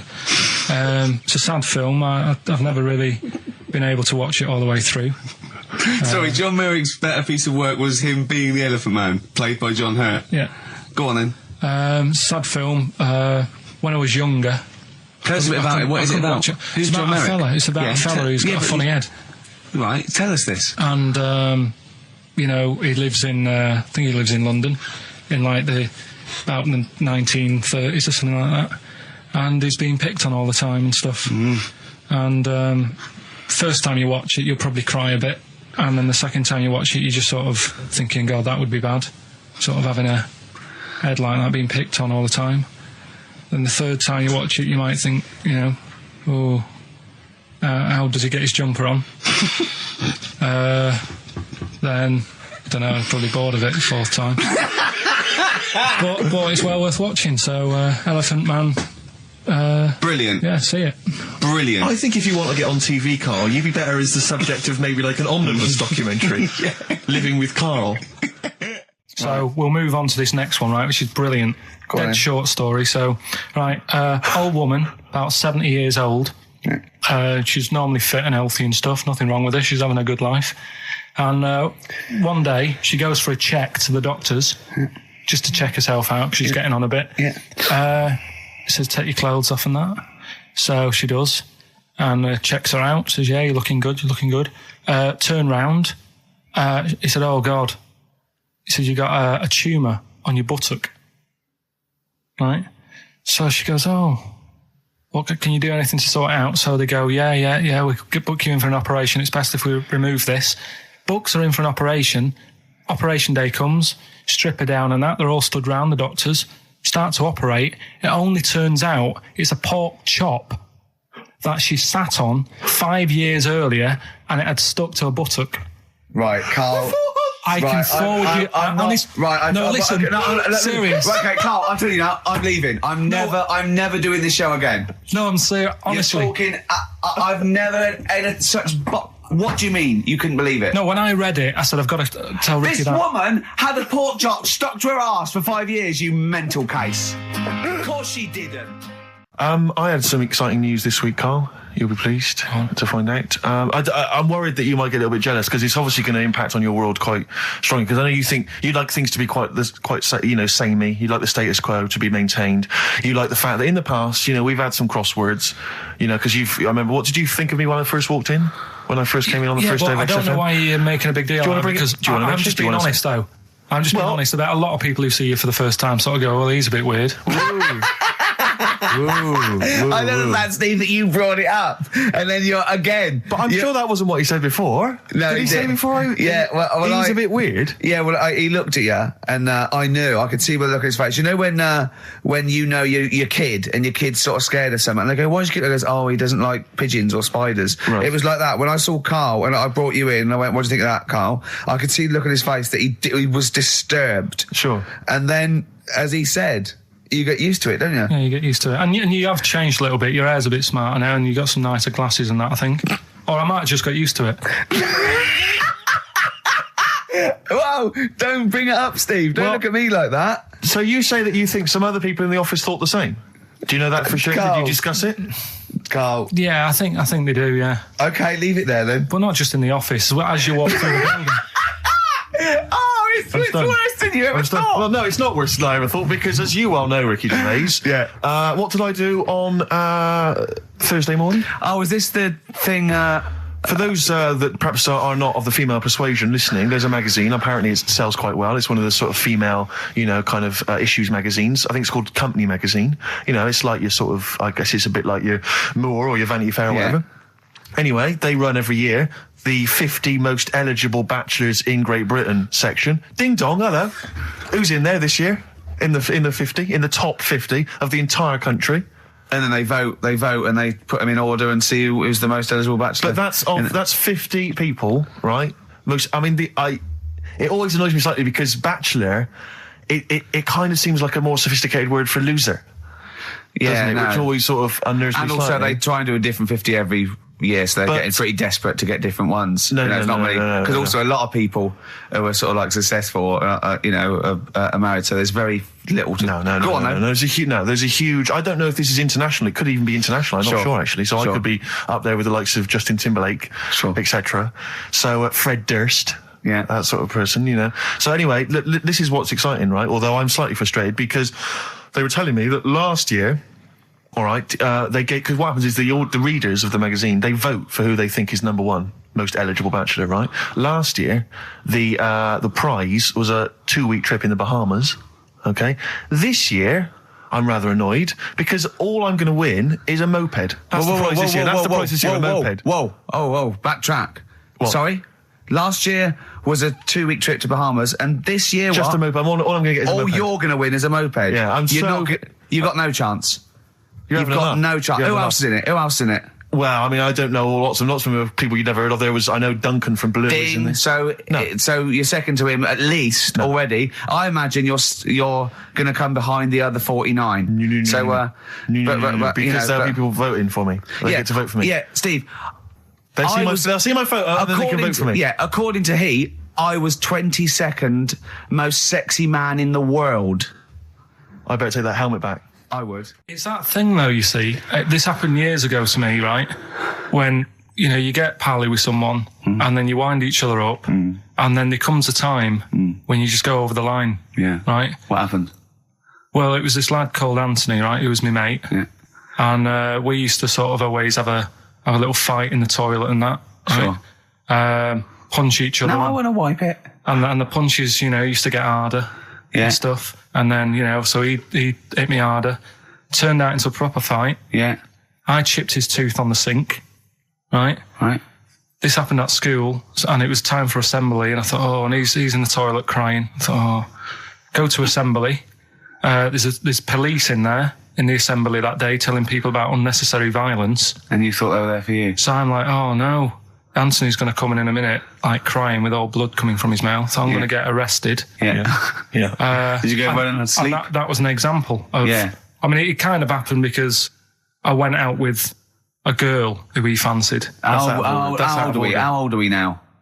About 8 or 9. I think that's out of order, going out with a mate's girl. Yeah, but she didn't like him. He had like big ears and that. He had no Yeah, 'cause chance, you're so why such a should I? dish. No, but do you know what I mean? All right, I haven't got the looks like I used to. Sure, when you were 8. But that's before the stress of, having head squoes and that sort of thing. I have aged a lot since. Having your head squeezed. I love your own grammar. I know, That's the past tense, is it? yeah. Squeeze or to have squeezed. Oh, he did squoze his head. Yeah. Oh, So, brilliant. So, it's What just, about a bit of Bowie? Let's, Bowie? Be my wife. Carl, I'm asking you. Let's make I think it we up. can squeeze that in. Be my wife, Carl, come on. I'm Ricky Gervais, with me Stephen Merchant and Karl Pilkington, Yep. our producer. In inverted commas, heat put. Yeah. They know. How you doing, all right, Carl? Yeah, didn't they also write something about me bald round head? Yes, perfectly round little Yeah. bald man head, they said, so... Because you need to know that when you listen to the radio and that. Really matters what my hair's doing. Your hair, have you given it a little polish? Because you look like a cue ball at the moment, and you've had a shave in it. I've never seen such a round head. It actually looks like a plate with ears. Yeah, well, for those that have never seen Carl, I actually, if you remember, I think he looks a little bit like Mr. Spoon from Button Moon. He does. If you've ever seen that show, that's and just- also he looks like, when they say they find with a little 4-foot human and it's actually 500,000 years old and they give it a name and it's the first Australopithecus into. He looks like one of them as well. Perfectly round little. He is the missing link. He looks half human, half monkey. Because he's got a slight slouch as well. So Yeah, it's I know, like yeah. those pictures where you see it going from an ape to a man. I He's one know. of those who are in the middle. Yeah, and of course his monkey hands, his hairy little wrist to those skinny little things that he can get oranges out of holes with, and it's unbelievable. Why are you so all shaved and polished and everything? Got a wedding. What? Got to go to a wedding today, so thought I'd, clean myself up a bit. Yeah. Shouldn't you Shave be wearing my a suit or something? No, I'll go home and put something on. Oh, okay. But, Suzanne said, make an effort. I sort of had a shave and that, and then I came out of the bathroom, she said, oh, your head looks a bit sort of eggish. She's right. She always worries about when I have a shave, because I just, That's your girlfriend, Carl. I know. Saying that. Just think. So don't worry about Heat saying it. And funny thing is, it's Boyd Hilton, I think, of Heat that wrote it. And he's got a little bald head. Yeah, no, don't slag him off. Yeah, but on the end of his review, does it say, written by Baldy Boyd? No, because it doesn't matter, it's a magazine. Don't worry about it. Looking forward to the wedding? A bit boring, innit? But you've got to do it. They've probably listening. Should we do a shot? No, it'll be a great day for them, but I know what will happen. Suzanne will see, all the fuss and that, and then she'll get ideas, and I have to let her down and all that. Why is it you don't want to get married again? I always forget. It's just, who's it for at the end of the day? I've been with Suzanne for 11 years, right? Sure. We're happy. Well, I am. That's what counts. You're never happy. I am. I'm all right. Yeah, no, I know you're happy with Suzanne and everything, but apart from that, you're never happy. You are the most grumpy, moany thing in the world. I mean, I get annoyed, but I'm always happy. I was annoyed here. I was happy coming here, but there was a bloke behind me walking and scuffing his feet. He had a pair of those stupid skulls on, and he was clicking and scuffing. Wear some shoes. You don't have to click. Pick your feet up. Flip-flops annoy me. But I'm happy. I'm just annoyed. You are just like, oh, the world's on me. It's rubbish, this. I know the world's great. It's just sometimes people annoy me by being there. But Steve said I should be locked in one of those towers that princesses used to be locked fairy in tales. so because everything annoys me. But you're grumpy. I'm not. I'm all right. XFM 104.9. We're not here. This next clip is one of my favourite clips. Look, it needs no introduction. Here it is. Finally, White Van Man, what do you make of the fact that Sainsbury's are bringing in square tins? Is that a concern true? for you? Is that true? Apparently so. Why? Dunno. It's like it's easy to stack. This is what the guy in the Sun has said. That should be interesting. That should be his comment on Sainsbury's are bringing in square tins. Is that should be interesting for meatballs.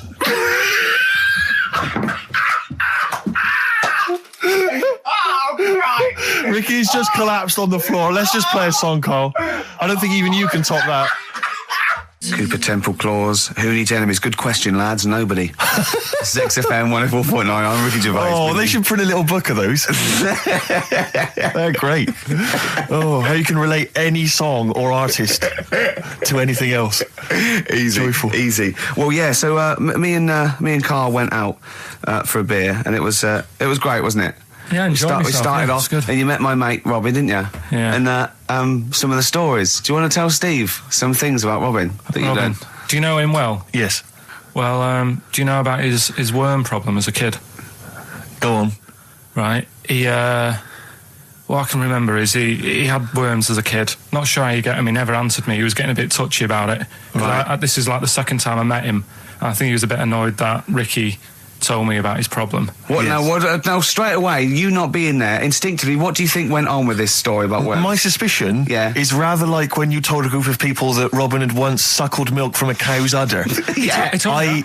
Did you mention that as well? Yeah. Yeah. My suspicion is that, like the cow story, the worm story is not true. But And why would he get so sort of uppity about it? Well, Because it's not true. Imagine if that wasn't the first time he'd done it. Imagine if he did that every single time he was with somebody for the first time and Robin was just met them. He will tell that story to anyone. But they do say there's no smoke without fire. Oh, Robin! I also told him that the way Robin cured these worms was because the doctor told his mother, right, to hold a piece of ham or cheese near Robin's anus so the worms would come out for the food, and he believed it. I Tell you why, though. I said to Robin used to sit on spam to try and get the worms out, and he believed it. But Steve, right, do you remember that story about 3 or 4 years ago where there was some bloke in the army? He went away to somewhere, Vietnam or whatever. He was messing about in the woods. Messing about in the woods? Shouldn't he have been fighting? Whatever. Yeah. Right, and he walked through some lake, and I think he'd cut his toe or something on something, and some worm of some sort crawled in the gash. Yeah. And it was in his body, and the doctor said, we've got to get this out of your body. So what they did was, they said, right, the thinnest part or something of your body that things can crawl through is on the top of your head. So they wrapped Where the some skull is. So they wrapped some bacon. No, they didn't! They did. Because that's Oh, that right. thing. So he's gone in via the toe. So what we do is, I'll tell you what, that worm's probably heading straight for the head. We'll put a bit of bacon on it. The thinnest part of the body is the skull. Of course it's not the thinnest part of the body. It's where your brain case is, isn't it? It's the skull. There was a reason for it. And it was like they stuck some bacon on his head. And As ever, the vital piece of information, i.e. the reason, Karl seems to have forgotten. because the worm was in his body, and they said everyone likes the smell of bacon. Including worms. Even a Vietnamese lake worm. They Oh, they love Remember bacon. last week when I said about the little fella with the bone with no brain, and you were proved wrong? No. We were saying it wasn't a little fella. We were saying it was a stillborn child. It wasn't a little You're fella. changing it now. You weren't having any of it last Right, week. hang on a minute. I'm getting confused. There was a Vietnamese snake that went inside of a soldier. A little like maggot or some sort that you have to get out of your body because it causes problems. Yes, and so in order to get it out of the It was body, a lot. they strapped bacon to his head. Yeah. That is great. This doctor. And did that work? I think so. They had a picture of him smiling. Oh, God, what, the worm or the bloke? The bloke. Oh, dear. Honestly, I hope someone knows the story. And Right. it was about 3 years ago, I reckon. Okay. And yeah, it did work. G.I. Bacon. So this is why I when And so what, the worm burrowed out of his head to get the bacon? get to the bacon. Right. That's great. So this is why when Robin was telling his story, I was a little bit disappointed if it wasn't true. Right. Because in a way, You know Robin's never been to Vietnam. No, but what do you really think that Robin, well, as Robin said at the time, Karl, why would I sit on ham then tell Ricky Gervais? It's a very good point. because if he was a kid, you do daft things like that as a kid. Right. He know is what I the mean? telling Ricky Gervais, though. Yeah. And then, Yeah. bless him. Okay. And then anyway, Robin left, and I tried to chase him, but he got away. He knows that and then we had a few pints, and then Carl embarked on some of the greatest stories ever told. Can you tell the story about your dad? Let me run it by. I haven't spoke to him all week, so let me run it by him. Okay, play records. Because, you know... What we got? We've got one of Steve's... Yeah, well, bizarrely enough, this comes from the Teachers 2 soundtrack, the soundtrack to the current TV series. There's a slight whiff of nepotism in the air. Yeah. Rick, would you like to explain why? Well, that's why you're doing it. No, my girlfriend worked on it. But Yeah. you were going to play this anyway, weren't you? Well, I was, actually. Bizarrely enough, I was going to play some I Am Clute, and this is from, as I say, the Teachers soundtrack. This is called To You. It's a good track. That's I Am Clute, a track called To You from the Teachers soundtrack. That's also got, I noticed, the Electric Soft Parade, The Hives, Star Sailor, Feeder, Turin Breaks, Mercury Rev on there. It's a good little collection. Lovely. Carl has just had confirmation. He's looking smug because someone phoned up and went, it is true, it's a Laogai chi worm and you wrap bacon around your head. That's all the bloke knew as well. Yeah. And his name was Gary. Yeah. So I'm not having it. No. And he said, see, that's why the Robin thing isn't so weird. He said, but when you said he tried it with cheese, he said I was having none of it. He's got standards. Strokes, hard to explain. Like Carl, really. Yes. Yes. So, Carl, concentrate. Yeah, go on. So, we'll leave the worm with the bacon wrapped round the head, shall we? Well, if you're ever caught in the jungle, Yeah. Always carry some... bit of Danish. Good advice. Lovely. Eminem, Sing for the Moment, on XFM 104.9. I'm Ricky Gervais. With me, Steve Merchant, with 5 little hamburgers. Got 5 burgers here, yep. And so I don't know, how should we begin, Carl? Do you want to just look at the size of these burgers? Look, they can see it on webcam, can't they? They can see us stuffing these burgers into your mouth. And by the way, I'm filming this, Steve. Look, Brilliant. Look, I've got a little camcorder. We'll put this on unseen footage on a DVD or something. Or maybe on the website. On the Oh, Carl, what if you break the record? Okay, Carl, I'm coming round now to just monitor this and adjudicate. What's the web? If you want to see this on the webcam, what is it? xfm.co.uk. Right, okay. Hold on. So- Can I, Steve? I'm not can I being do that? funny. I'm not being funny, right? But I think I have got like a bit of a wheat thing. You've got a bit of a what? A wheat allergy Oh, thing. don't give me that. No, seriously, my head's... I've been eating a lot of shredded wheat recently. And my head's got a bit bigger. Carl, I don't think you can let us down now, mate. So you just got to put that first No, one in. I can't put that like that in my mouth on its... I've got to break it up. I've got to break it up. Can't break it up. Can't break it up. It doesn't say you can on the rule thing. It does. It It's got to doesn't. be a I whole can't burger. look. I physically can't. Try it. I can't look. I'd have to be Jay Goody to be able to do that. Seriously, look. Try it. Yeah, I know, but you're not approaching it right. That's it. Come on. That's all I'm doing. Oh, God, he's not going to do one. Keep going. That's good work. Keep going. How do I get three in? Keep pushing. Ease it Keep in. pushing. Ease it Keep in. pushing. Get one in at least. Ease it Get in. one in at least. Get one in. Ease it in. Get one in. Push it. That's one. Let's go for another one. I reckon you've got to rip it up a bit. Okay, do that then. See how many you can get in. You've got to get in 2. No, just one. No. Well, it's no, three, I think. pack it in. What do you do? I Pack your swear. cheeks first. Honestly, Steve, my head is swelling a bit because I have got a wheat thing, a wheat allergy. That'd be good, then there'd be more room. Right, okay, look. Carl so is now that's- just sticking it in his cheek. Yeah. Don't eat any. You can't swallow any. It's like a hamster. You got to work it like a hamster. Yeah, stick it in. Come on. He looks like Marlon Brando in The Godfather. Come on. Don't lose any yet. Right. Pack it in, then use your fingers to pack it in. Come on. Wedge it in. Like you're grating the bath. I can't do this either.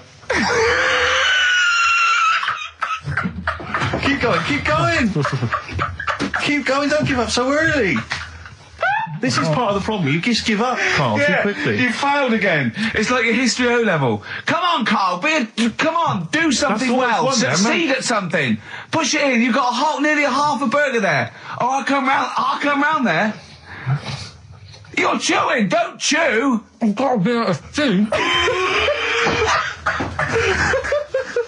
I don't know what he said, but... Is that What, is that a whole one? No, it's not. I can see bits left. Come on, Carl. Come on, keep working at it. Keep working at it. But there's so much space in your mouth, I can see it. He's going red. Okay. Okay, we do another one. We're doing another one. That one then. We're doing a... Oh, are you alright? Are you going to be sick?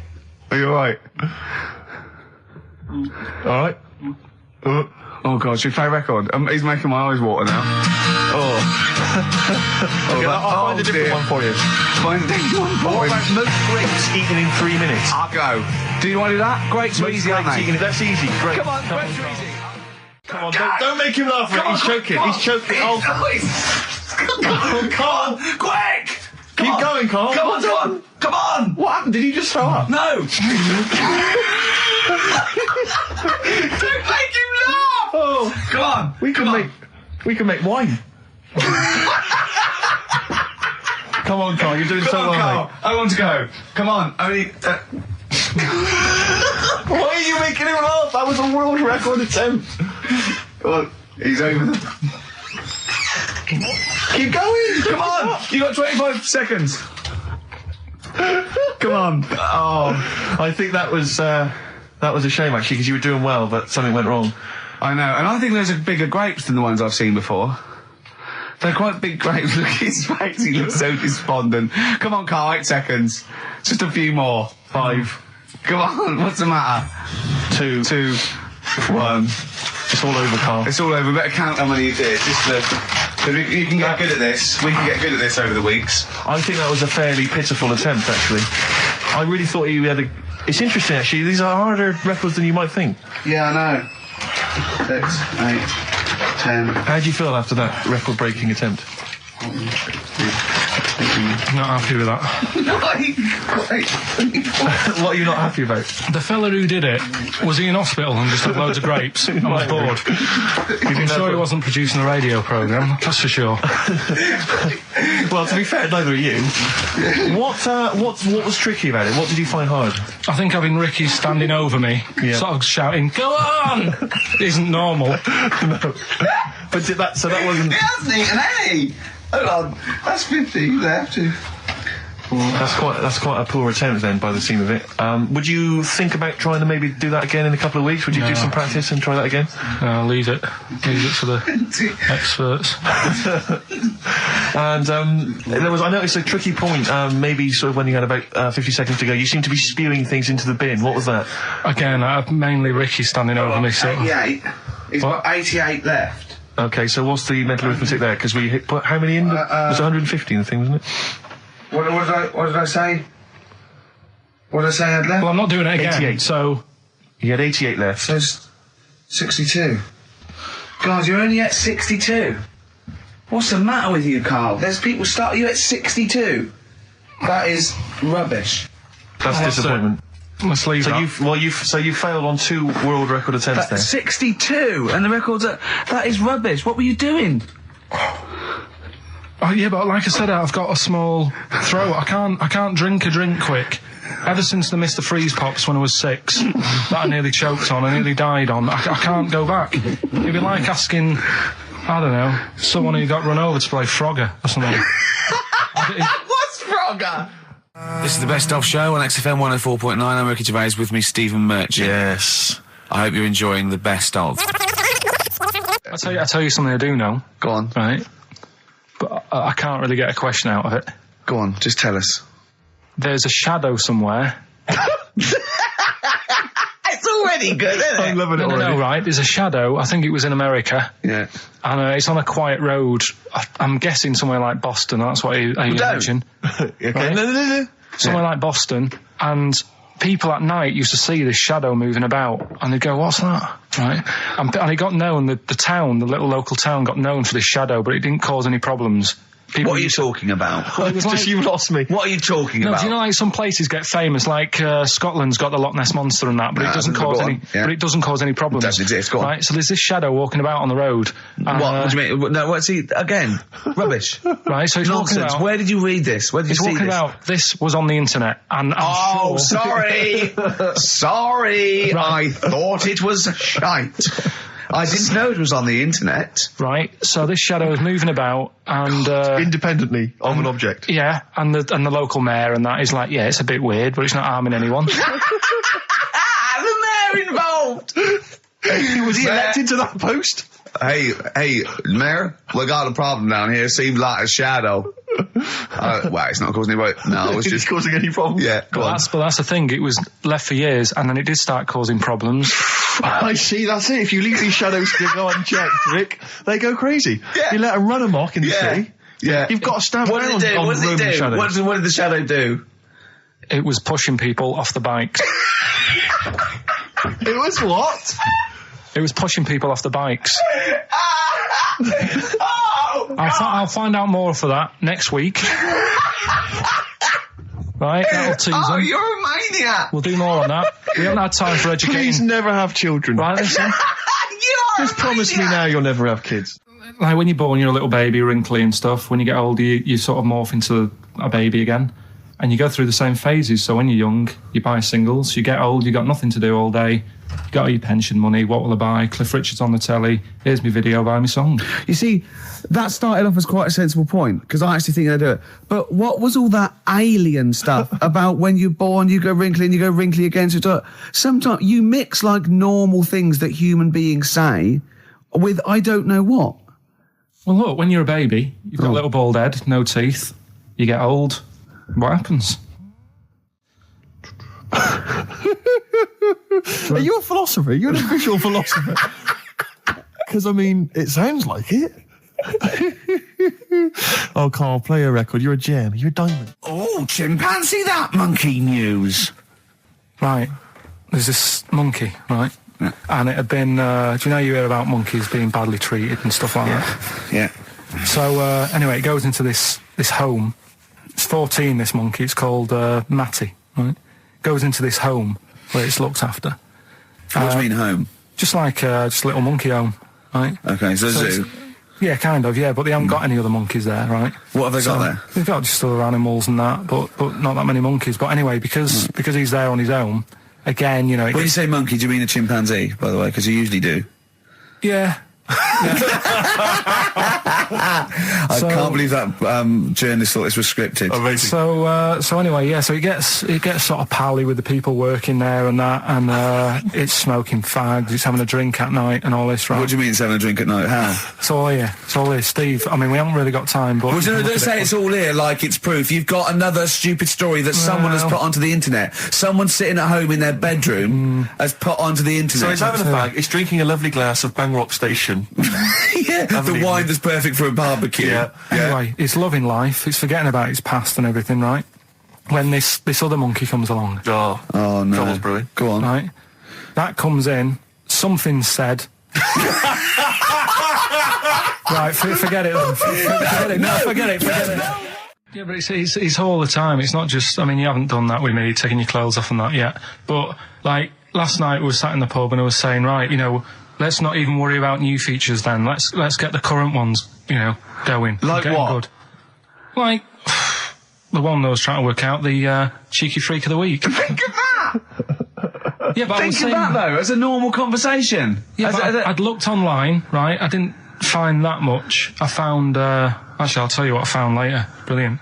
We're looking for them, right? And then at one point, I think you said to me, go and, you know, what about the Guinness Book of Records? Yeah, you know, they'll have, like, the best freak in the world or whatever. Yeah, ever. So I said, yeah, bring one in. Now, you've got one at home. Yeah, I've got a But you couple. couldn't be bothered carrying that in today, so I had to go out of the pub that I was at, Yeah. nip into Borders, Yeah. buy a Guinness Book of Records, Yeah. out of my own money, $18.99, Yeah. bring it back, and then you said, I don't know if I want to do this feature. So it cost me 20 quid for that. I had to buy a video for Silence of the Lambs film clip. I'm actually out of pocket at the end of this. But do you want to work with me is the thing. If you want to work with... people would pay that sort of money to work with me, Carl. You're a lucky bloke. Think how many people think, Carl, he gets to drink and sit. Yeah. Well, you making a cup of tea and I surprised, didn't I? Little surprises. Steve, you know, last night, do you know when I left the pub in a bit of a mood because I was just fed up with not getting anything done? Yeah. Walking down the road, I was thinking, how can I get out of this? How can I stop having to work with them?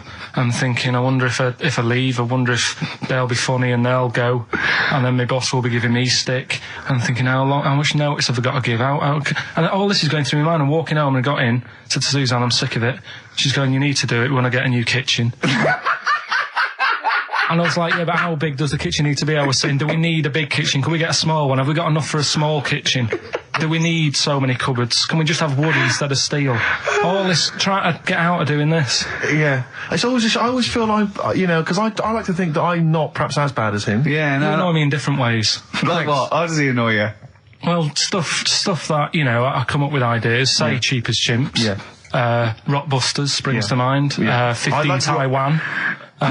15 Taiwan. Let's just remind people what 15 Taiwan was. It was a little feature that I wanted to give a run, give it a little run, see if people like it. The premise being? No, there's no premise, it's just a title. No, we were going to get 15 sort of ornaments, you'd explain them, and then people would call up and say, that one's from Taiwan. See? God, you just explained why I didn't think that was a good idea. Yeah, By explaining the good... No, the funny thing is, Steve, right, I was walking down Regent Street on Monday, walked past one of these big stores, right, and they've got all famous quotes on the windows, right, and one of them was something like, an absurd idea is often a great idea. Yeah. Do you know who said that? Go on. Einstein. Yes. Which made me wonder, if you were his mate, would he ever have done E=MC²? Or would you have said, don't bother with that, it's not going to work? Because that's all you seem to do, everything I come up with, you put down. Yeah. Well, that's one thing, he's negative, right? I don't know why, I don't know why he is. What else? He messes me about, I get him concert tickets for stuff, and you say, I didn't bother going. Yeah. That is annoying. You come in with, 5 minutes to go with tracks that need editing. Yeah. The little bag, that bag that was free. Yeah, you got a free bag today, an XFM little rucksack thing. Yeah. You were like, oh, what's this rubbish? Yeah. Ricky said, I'll have it, they're great. He said, no, I want it. Yeah. Well, it was free, I needed it. I'll give that as a gift or something. So, I mean, I think on reflection, Steve is probably a little bit more annoying than me. I won't go that far. You are annoying. If I had to go away for a week somewhere, if it was a quiet place... Well, you are again, aren't you? That's 2 holidays you had this year, I mean. If it was a busy place, I'd probably go with you, because people, do you know what I mean, staring at me all the time and that if I'm walking around with Steve. No, I'm just... Can I draw up a list of reasons I don't like you, Carl? being honest. What? I'll tell you, because the list of reasons I don't like you is incredibly long and getting longer. Just saying. Do you want another snack? Look at his face. It was really light, right? We've had the parrot, right? These are things that I found the parrot, right? I've told you about the dog in the car wash. Right, you didn't tell me about that. You said there's a car wash for a dog. That's all you told me. Yeah, the but parrot, you said there's a parrot. What? It's a problem at funerals. Yeah. That's nothing. That's nothing. That's nothing. Do you understand? And They used to eat cats. what else have we got? There's an elephant in India with sore feet. Why? There's an elephant in India with sore feet. Now I'm interested. Why? Tap dancing. Why? I didn't write that He's much trying to about break it. Roy Castle's record. He's still going. Go on. What is it? What is it? Think. It's an elephant, and it was really old. It was about 76. Right. And it had sore feet because it's old, and They don't make stair and lifts the that roads big, do they? roads are bad and that. Yeah, go so they said, what are we going to do?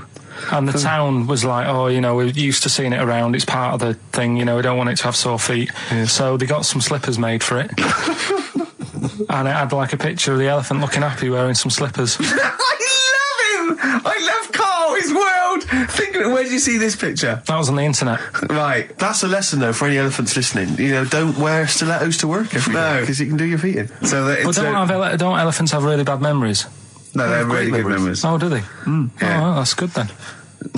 No, I just thought they'd forget where they put them. I thought there was something about elephants having bad memories and that.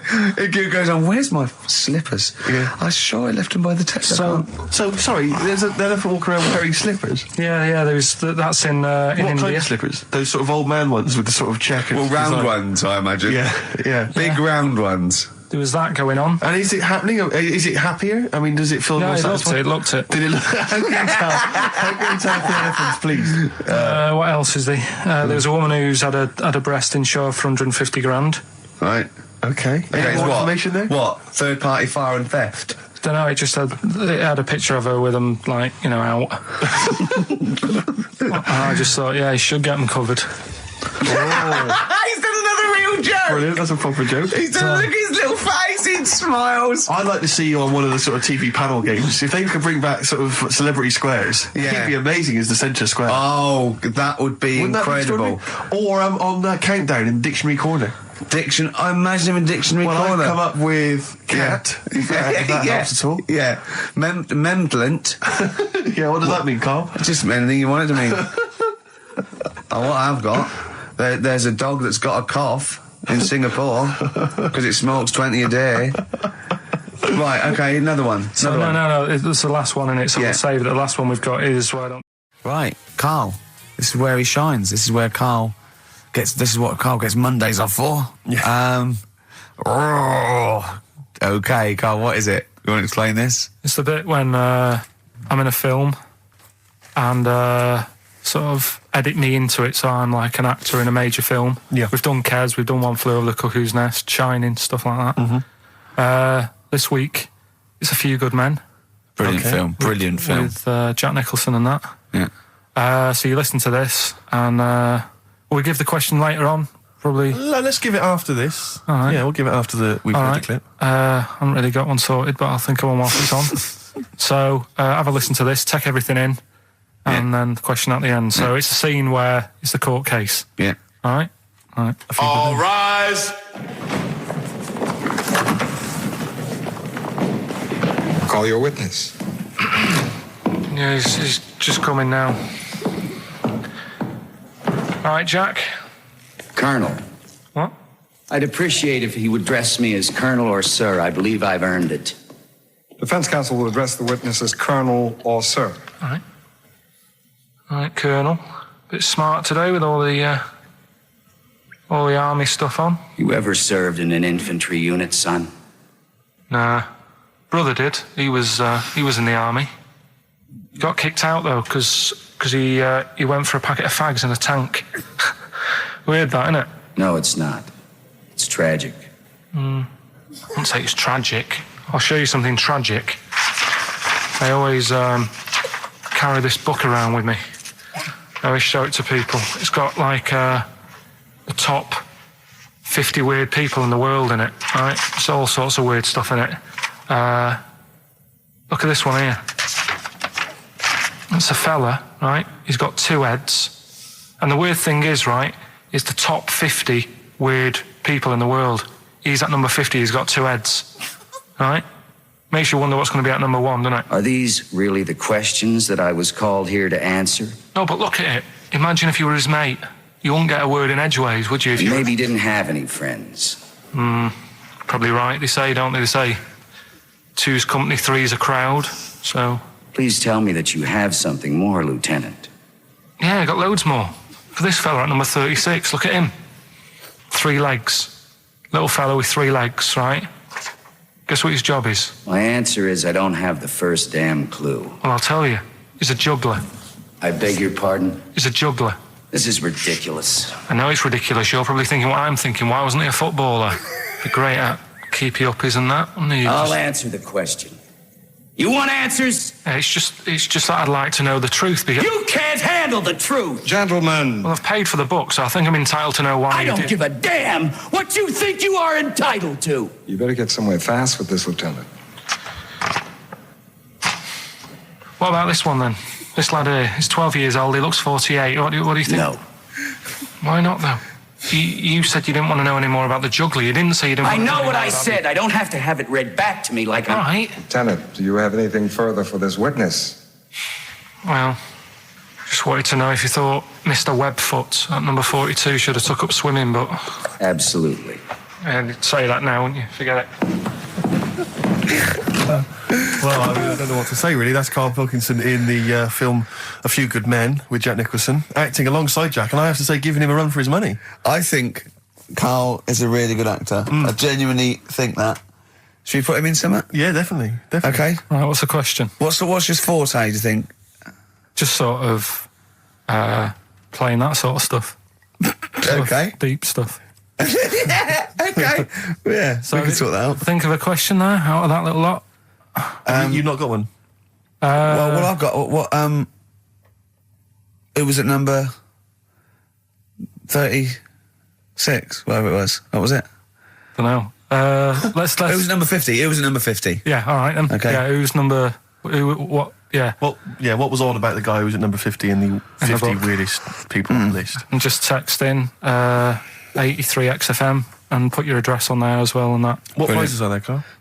Loads of stuff. Yeah, let me just have a quick look.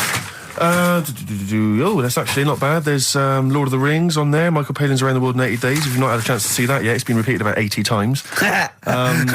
Look Around You, which is an excellent show. That's really funny if you've seen that.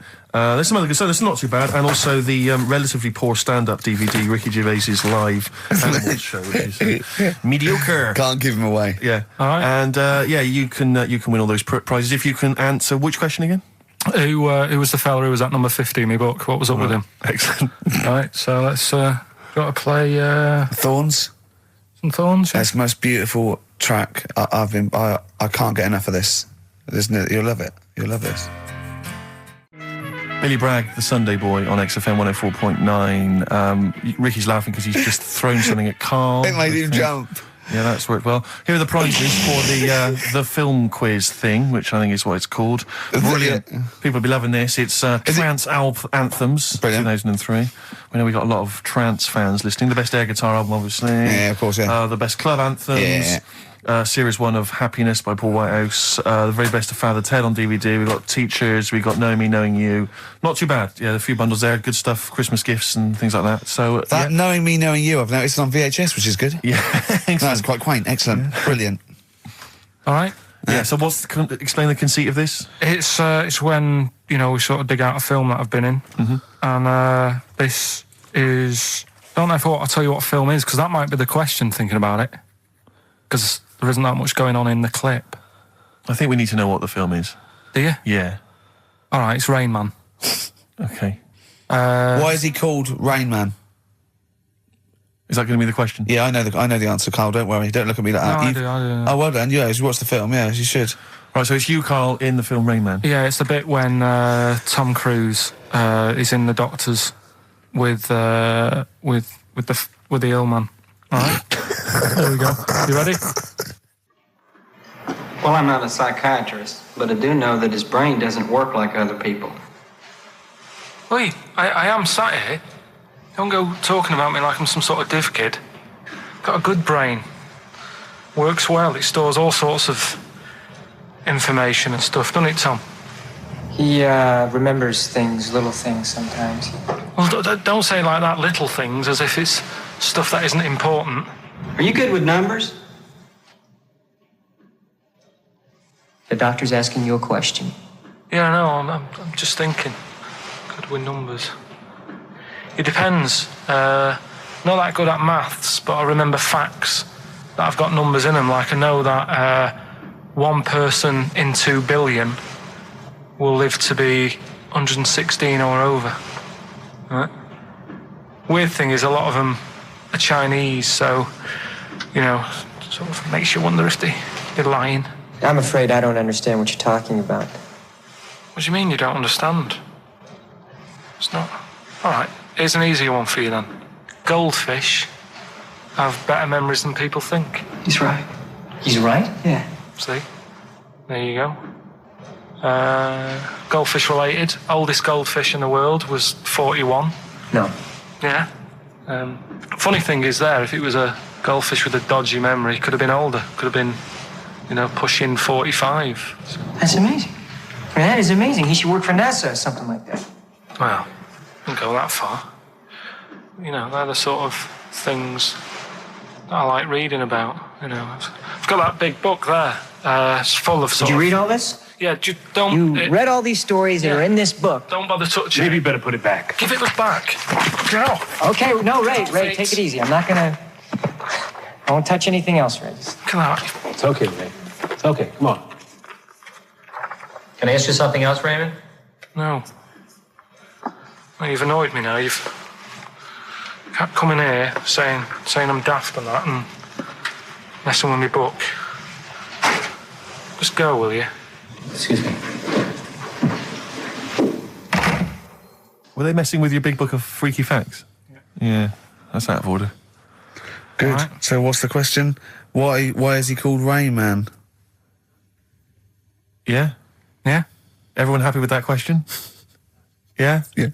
Okay, ricky.gervais@xfm.co.uk. Why is he called Rain Man? Right. Yeah. Right, okay. Are you in a film this week, Carl? We're doing that now. Yeah, go on.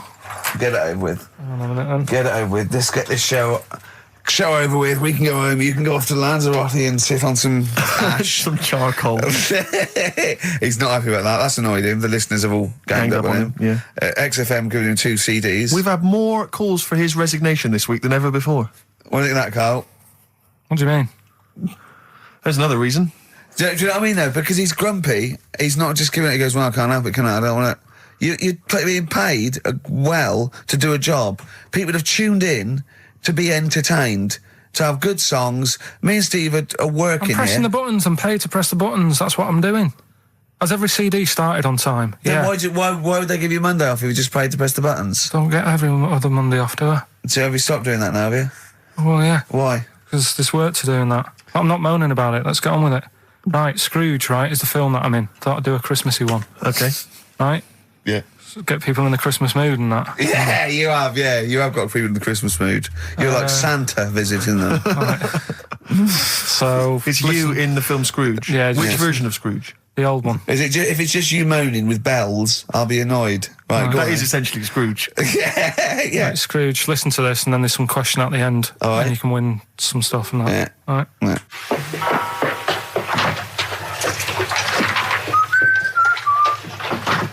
You're late. Only 20 minutes. What do you mean by coming in here at this time of day? I've just been doing some Christmas shopping, haven't I? Probably do some more shopping on Monday because it's my day off, isn't it? Yes, I know it is. You don't have to tell me. Do you want to see what I've bought Suzanne? No, thank you. I don't mind showing you. It's only a Christmas present, isn't it? Just bought some more condoms. Why? Well, I bought some last year. Got 2 boxes. They all got used, so... I'm very glad to hear it. How much do I pay you? Why are you asking? The presents I buy has got nothing to do with what I earn. Like I say, if I won the lottery, I wouldn't go mental on her. Do you know what I mean? I probably wouldn't even tell her because I think she'd want to travel around the world and all that, and I'm not into that, to be honest, so I'll probably keep it quiet. Why? Well, once you've been around the world, where do you go next year? Each to their own, though, innit? You know what I mean? Well, what do you want? What for Christmas? Not that fussed, really. And you, it's just as well I'm not that fussed, because do you know I do some work at XFM? Do you know what they're giving me for Christmas present? Nothing? No, might as well have been nothing. 2 CDs. That's it. I was well fed up. I'm sure you will. They give you a list of about 30 albums and you get to pick 2 off the list. So I've gone for Kings of Leon album and the Best of Bob Marley. Mr. Marley has been dead these 7 years. In fact, he died 7 years ago this very day. Did they? Do you know what sort of donuts Bob Marley likes? It's not my business. No, it's not a proper question. It's an old Peter Kay joke. He likes the ones with jam in. Do you get it? Garlic bread. It's good, isn't it? Excellent. Oh, Carl, well done. Carl in Scrooge there. The only man more mean and depressed generally than Ebenezer Scrooge. Oh, dear. Oh. What's the question, Carl? Well, if people have been listening from the start, right? What albums am I getting? Yeah. Is that good? Mm-hmm. Good, yeah. What albums am I getting from for working for this place for 6 years? All right. Ricky.Gervais at xfm.co.uk. Another big moment here. We've had Rockbusters. Now we're going to have Carl's film quiz thing, isn't it? Yeah, it's a film quiz thing. I've done Planet of the Apes, right? Because one of the things we did in Lanzarote went on this tour with sort of 3 northern blokes. And They didn't really know what they were talking about. Joking. You're joking. What? Northerners not knowing what they're talking about. You're having a laugh. No, they'd obviously sort of not had much luck here, right? And thought, let's go over to Lanzarote, buy some vans, right? Get people in it. We'll do a tour of the island. And whenever someone asked the question, like, what year did the volcano happen? They go, oh, we'll take you to the visitor centres. You can read about it there. So they never actually answered anything, right? So they were useless. But one of the things that they told us was that Planet of the Apes was filmed in Lanzarote. Right, okay. Right? That makes sense. A bit of it. Well, does it? Does it make sense? Well, what do you mean? Well, maybe it was, maybe it wasn't. Okay, anyway. No. I mean, if they wanted to show sort of an hour sort of barren, sort of post-apocalyptic sort of subject, choose where you went on holiday. Yeah. Obviously. Yeah, but when we were there, he took us to this sort of beach, and I said, "Is this where they did it?" And he was like, "Yeah." I said, "What? Right there, yeah." And I watched it, and I couldn't see where I was. Yeah, you know that if you watch a film from 1968 and you've been to the same place, you're not going to feature. You're not going to see you in the back walking along the beach. It's a new one, new Planet of the Apes. Oh, the recent Planet of the Apes. Yeah, that's what they said. Yeah, right. So I thought I'd sort of. Now that sounds a little bit more far-fetched. I'd have thought that was probably a lot in Hollywood. Yeah. Well, anyway, is this the current Planet of the Apes or the old one you've done? Current Planet of the Apes. This is the recent one. All right, therell be a question at the end of it, so listen on that. Is this entertaining to anyone, this? I mean, just take the last 4 minutes of conversation. But seriously, Rick, who cares? I don't. Do you? No. I don't. DVD's selling well. Exactly, what do I care? All right, come on then. All right, so Planet of the Apes, question at the end of it, listen and win some stuff, all right? Hey, where am I? What is this place? Hang on a minute, I'll have a look. According to the Lanzarote guide, we've been dropped off at the volcano bit. Apparently there's 36 volcanoes here to be seen. I hope you don't mind my saying, but this is a waste of time. I know what you mean. Don't know why they need 36 volcanoes. Just keep one. Fill the rest in. Like a car park or something. Excuse me, guide. Why's the bus dropped us off here? What's so special about this place? Well, according to our holy writings, that is where creation began, where the Almighty breathed life in the time before time. Wow, it's amazing that, isn't it? All this has been stood here for years and years. What about the coffee shop there? Is that old, is it? Well, nothing. You're out to rip us off. I raised about £4 for a coffee there. Always ripping people off. That's what annoys me with these trips. You get us in the middle of nowhere, we die in a thirst. I'm not able to do without. The reason I've come here, I believe this is where they did Planet of the Apes, innit? Love monkeys. Especially the ones in Planet of the Apes, because they talk and that. Talking monkeys can't exist. Joking, aren't you? Of course they can. Getting up to all sorts of stuff. I read about a monkey the other day who worked on the railway. Right, there was another one about a chimp that did a bank job and went off to Spain to sort of... Shut up! Oh, yeah. What is that? Little monkey fella. He's come from that little coffee shop. It's been serving coffee. Now that is worth paying £4 for. No, you're teasing him. I'm not teasing it. It's working, isn't it? It's serving the... We want some coffee. Get us some coffee. I've heard about this. You can buy coffee that's been sort of hand-picked by monkeys. It's like Coffee Mate, except it's more sort of coffee primate. Yeah. Hello, little fella. We want coffee. What do you mean, we? You're gonna have a coffee, aren't you? What else are you gonna do? Go and look at another 35 volcanoes? I'm staying here. I'm having a monkey coffee. It's brilliant. You find this amusing? Jesus, it's a talking monkey. Right, mate. Have a couple of coffees. Don't start now. We're off duty. I'm starving. What do you mean you're off duty? Have you bananas later? Just get us a couple of...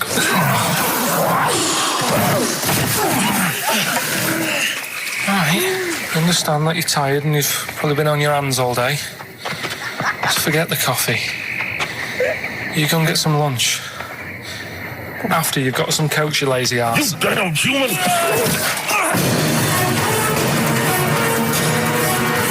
Powerful. Lovely. Excellent. So, what's the question?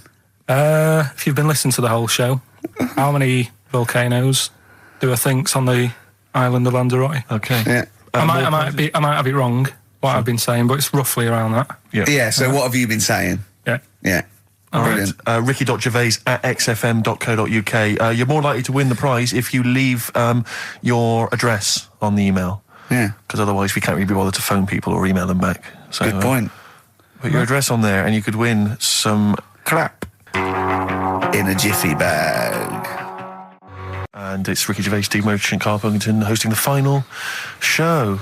Exciting. Which means the last film quiz. Karl puts himself in a film. Claire's on next week, by the way, and then Adam and Joe. Sturgis, then Adam and Joe, brilliant. Adam and Joe coming back. So that's Excellent. They're excellent. Right. Matt Lucas said he'd do a show. Give him a call, and maybe him and Dave Williams. Yeah, might Big do things that. that. Might do that. Yeah, very good, wasn't it? Yeah, it'd be all right. Yeah. Right, the film thing. This is when we get like a film, and I'm in it, right? So I'm doing. We talked, a bit about gay fellas and that today. Yeah. So we're doing When Harry Met Barry. Okay. All right. Yeah. And listen to this, and then there'll be a question at the end, and you can win some more stuff. We've got DVDs. Some more shite. Some more good CDs and DVDs and that. All right, let's hear it. So When Harry Met Barry. All right. We've got 18 hours to kill before we hit New York. I know, yeah. Brought a few books just to kill a bit of time on the journey. When I buy a new book, I always read the last page first. That way, in case I die before I finish, I know how it ends. I read a book like that once. Not on purpose, though. It's just that all the chapters have been put in the wrong order, so it's a bit annoying. Got to chapter 1 before I realised. Are you finished now? Yeah, I bought another copy of it and read it in Lanzarote. It was all right. Good read. Listen, we're only staying in New York for a couple of days, aren't we? Because the place does me head in a bit. Oh, really? Yeah, it stinks, doesn't it? It's a really dirty city. It's noisy. It's funny, the people who live there call it the city that never sleeps. I'm not surprised with all the noise. I couldn't agree more. Listen, I know you're gay in that, right? What is the attraction with New York for you lot? What? Because it is like the gay capital, isn't it? They all love it. Even that Rod Stewart song, that Killing of Georgie, that was set in New York, wasn't it? Yes, it was. Yeah, well, that song was about a gay fellow, wasn't it, who moved to New York and ended up getting beaten up. Not a great advert for the place. You keep going there. Weird. Actually, I know why you like it. It's because it's a city that never sleeps, isn't it? You lot like going out late. You sort of run your life at a different timetable to everyone else. Are you finished now? No, I'm not being funny. I'm just saying. Just don't think you should live your life like that. Why not? Don't start getting angry. I think I'm entitled to throw a little anger your way. Especially when I'm being told how to live my life. Yeah, you're right. It is your life. And that's what I'm saying. Don't be dragging me into it. What? Well, you know I'm not gay, so why did you buy me a butt plug for my birthday? I'm not going to use it. What do you want me to do about it? I take it back, okay? I take it back. Right. Want to spend the night in a motel? No. Why not? Because you're gay and I'm straight, that's why. Why aren't you seeing anyone? Well, I haven't seen Suzanne again. We only split up for a few weeks when she had that funny haircut that made her look like David out of Slade. It's grown again now. She looked weird, didn't she? Well, but forget that. Anyway, don't want to share a bed with you again, not after last time. Oh, geez, what are we supposed to do? This isn't normal, mate. Pull over, forget it. All right. Forget Don't it. you... I don't want to talk about it. How is that possible? Just pull over here. Fine, but let's just... There's nothing, I'll get a B&B. And by that, I mean bed and breakfast. Not bull and bollocks, as you call it, right? Get one thing straight. Not interested. See ya. Oh dear. Excellent. Oh, little Karl Pilkington. When Harry Met Barry, it's a classic film. What's the what song was I talking about? That, yeah, we know. What song was it? Yeah, what song, yeah. Okay, artist will do, or the song title, whatever. Yeah, okay. Email only ricky.gervais@xfm.co.uk. We can squeeze in a tune and then I hope Monkey final News. Monkey News. Oh, what tune have we got? How long is it? 3 minutes. It's a nice one, though. Brilliant. Bit of Amy Man. Fantastic. Right. What have we got now? Right, so we're looking into animals that we get rid of. I've spoken to someone about snails. I've spoken to someone about jellyfish and that. And looking at cockroaches today. She's an expert. She's just not just some random person. No, she works in a museum, a good museum. I said I'd give it a plug. It's the one near Knightsbridge. It's got dinosaurs and that in it. It's worth seeing. And Natural History Museum? Yeah. So, It's not sure. He's not sure. This is what happened.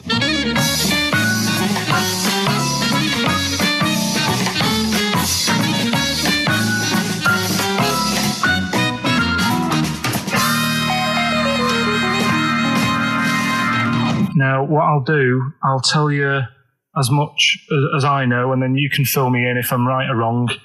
And then at the end of it, we'll get to the bottom of whether we need them or not. Okay. All right. So, first of all, the first thing that I found out is that they have 18 knees. That's not exactly possible. They're insects, so they have 6 legs. Yeah. And a knee is usually the junction between femur and tibia. That's sort of classic human knees and every other animal knee. So with 6 legs, you can only have 6 knees. Could somebody sort of got mistaken for seeing one that was a bit double jointed?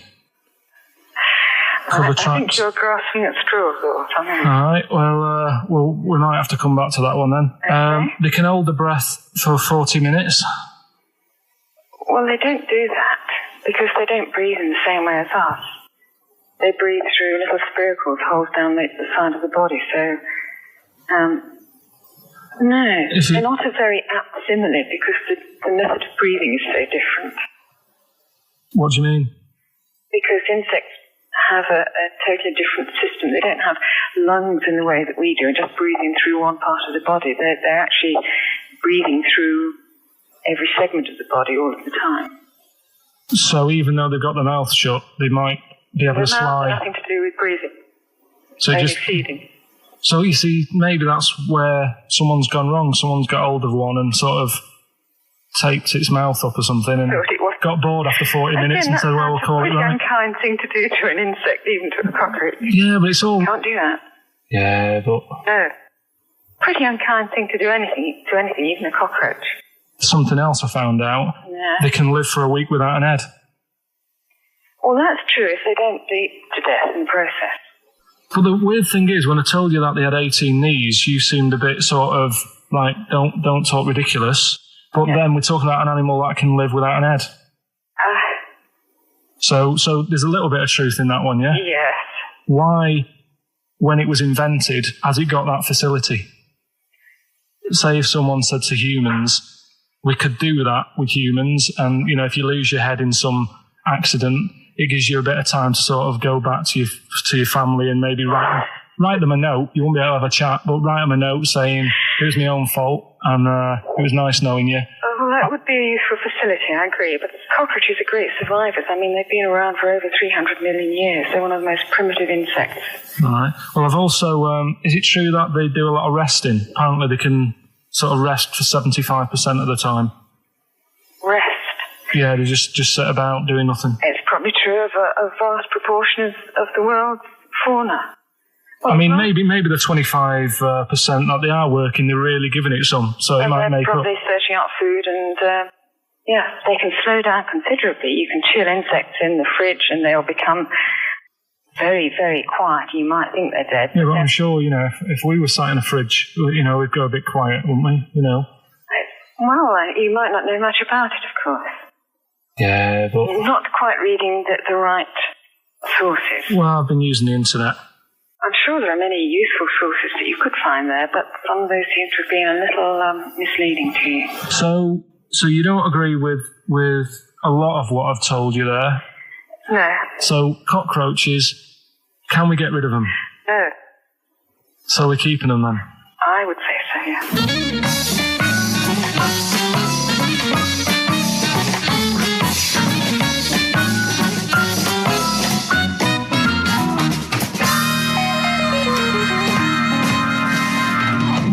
I think we should get her on more often because she sounds like she'd be a bit of an ally, really.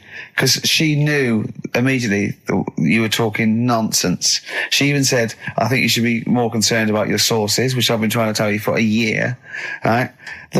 I mean, 18 knees, where did you get that from? It was on the internet. They can hold their breath for 40 minutes. I mean, I don't know what you read and take on. Mad world, don't it?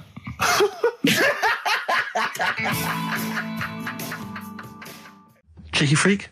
Controversial cheeky freak of the week, where Karl finds a human being with some sort of congenital or imposed deformity, or So and we talk about that in a wry way. Do you think that's big and clever? No, but that's just it. It's never about taking the mickey out of someone, right? It's to make you think. I'll tell you what isn't big and clever. How lucky you are. A dwarf with learning difficulties. Nice. Yeah. Well, we'll explain it to you. See, you know the sort of things I find incredible. Go on. Mirrors. Shiny objects. Kettles. Yeah. Oh, God. Well, listen, remember the time when I told you about the baby that had a baby? Baby that had a baby. The baby that had a baby. Yeah. It's happened again. No, it hasn't. Well, it didn't happen the first time. It was in the papers, I think, on Monday, in all the tabloids. So it's a twin where one has grown and the other one is still at a fetal level. No, it wasn't, though. It had grown. He was saying to his mum... Who was saying to his mum? The little kid who was 7 years old. And he kept saying... Yeah, he was pregnant. And he was pregnant? Yeah. I know. What do you mean? And he was saying to his mum, oh, God, I don't feel well. And, his belly was all swollen, and they thought he'd just been eating cake or whatever. And he was saying, I can feel something moving about. And they were like, stop messing about. There's nothing wrong with you. Eventually, I think he was in gym at school. In gym? What, Jim was pregnant with him? He was like a Russian doll. He was at school, right? Just about to do sit-ups or whatever they do at school. Yeah. Right? And flew out across the room. Teacher goes, you're a bit fat. You look a bit pregnant. And so the best teacher, the doctors took him, said, you're 7 years pregnant or something like that. What you What? Or something like that? You're 7 years pregnant. Or something like that. You see the doctor. Carl! Why don't you think about what you say before you say it? See the reaction I get. Now, the gazelle, I didn't get excited like that. 7 years pregnant. Send it in. If someone's online at the moment, just having a look around, it happened on Monday or Tuesday. Because I told you at the pub quiz, didn't I, Steve? I said to you, I know the baby's had a baby. Yeah. And you were like, yeah, whatever. Well, I just thought you were talking nonsense as ever. Well, we'll find out. You're 7 years pregnant. Yeah. You're a fool. Play a record. Well, we've still got stuff coming up. Monkey News? Rockbusters answers. We'll have to get that out of the way soon, because we've got to get out of it. Have we got a cheeky freak of the week? Yeah. Brilliant. America by Simon and Garfunkel on XFM 104.9. I'm Ricky Gervais, and I understand I'm about to read my words, Steve. Well, once again, there's always someone, and it looks like it's Mike Lamb who has come to Carl's rescue. Lambo's let me down then. Doctors have removed a 4-pound baby boy from the stomach of his 7-year-old twin brother. Yeah. Alan Jan Niamatilev was born with the freak fetus growing inside him. For 7 years, it lived like a parasite until a school doctor became alarmed about Alan Jan's bulging tummy and took him to hospital. Surgeons who gave him a scan operated immediately, unaware that the baby was attached to the boy's blood vessels and still alive. They saved Alan Jan from certain death, but knew the 8-inch fetus was doomed. So there we are. Boy pregnant with his own twin brother by Barbara Davis. That was in the Mirror, apparently. So I've read on, and all the facts are right. They took him to school. The parents didn't realise. And that isn't even this week's Freak of the Week. I mean, that's you got that for free. You got that. You can have that. That's the free Freak of the Week. Free Freak. That's giveaway. That's like 13.5% extra. Yeah. You know what I mean? That you might get with hairspray or something. So that, I mean, if that's just the throwaway Freak of the Week, there are 2 Freaks of the Weeks there. If those 2 freak, I can't wait to see what the actual Freak of the Week is that people are paying for. Is it incredible, Carl? I'll tell you what, something else you can have for free. Go on. Another sort of freaky thing, right? I was watching this programme in the week. Right? What? I don't know what it was. But it was about, I just saw this little fella on it, right? What do you mean, little fella? He was doing this history thing. Oh. Right? Yeah, I know what you mean. So, is this he's found out that a Viking was a bit like him? Yeah, that's it, yeah. boneless or something, or he's. Well, that's the weird thing. What do you think of that, Steve? He's what? He's boneless? No, he was called Harry the Boneless. Something. Yeah, but you know what you're going to get there, don't you? That's what I mean. Always have a name, Elephant Man. You know, Harry the Boneless. Where is he? You know what I mean? I'm meeting someone, waiter, what's his name? He's called Harry the Boneless. He's over there flapping around. Yeah. He's over there in the bucket, having noodles. That's what I mean. But, do you reckon you could do that? Do you reckon you could have your bones taken out? I love talking to him! He's brilliant, it's like talking to a 5-year-old. I was asking Suzanne when she was watching it, and she was like, ask me later. Yeah, brilliant. She wanted to know about, What you said? You watching this programme about history, right? About Vikings. Something like that. You turned to your girlfriend and said, do you reckon you could have your bones taken out? Yeah. I love that. I mean, that is why you are my favourite What do you mean you think you can have your bones taken out? Firstly, why would you have your bones taken out? If you've only got a small flat or something, and there isn't much room. Yeah. Right? And what I mean is, would all your organs still do the stuff? No, they wouldn't. You'd just be mush. Listen, I'll teach you something now, right? The skeleton, right? Spam. Yeah? Support, movement, anchorage. No, support, protection, anchorage, movement. Spam. That's what the bones do. Yeah? You couldn't stand up. You wouldn't be protected because they protect his rib cage, skull, of course. Anchorage, everything holds onto it. Every muscle is tethered to pull against something, like a crane, a pulley system, so you wouldn't be able to move at all. Do you know what I mean? So you'd be in a bucket. There'd be you'd die immediately, obviously. No, you can't have your bones taken out, Carl. I mean, why do you need to ask that question? Sorry, but Boneless Bob, or whatever his name was. Harry the Boneless. he presumably didn't have any bones. I mean, that's why he had that name, obviously. No, he did. No, he's got the name. Yeah, exactly. No, he was just... I've had an email here from Graham, old Ken Rowe. He just says, I had a dream about Carl last night. Can I sue?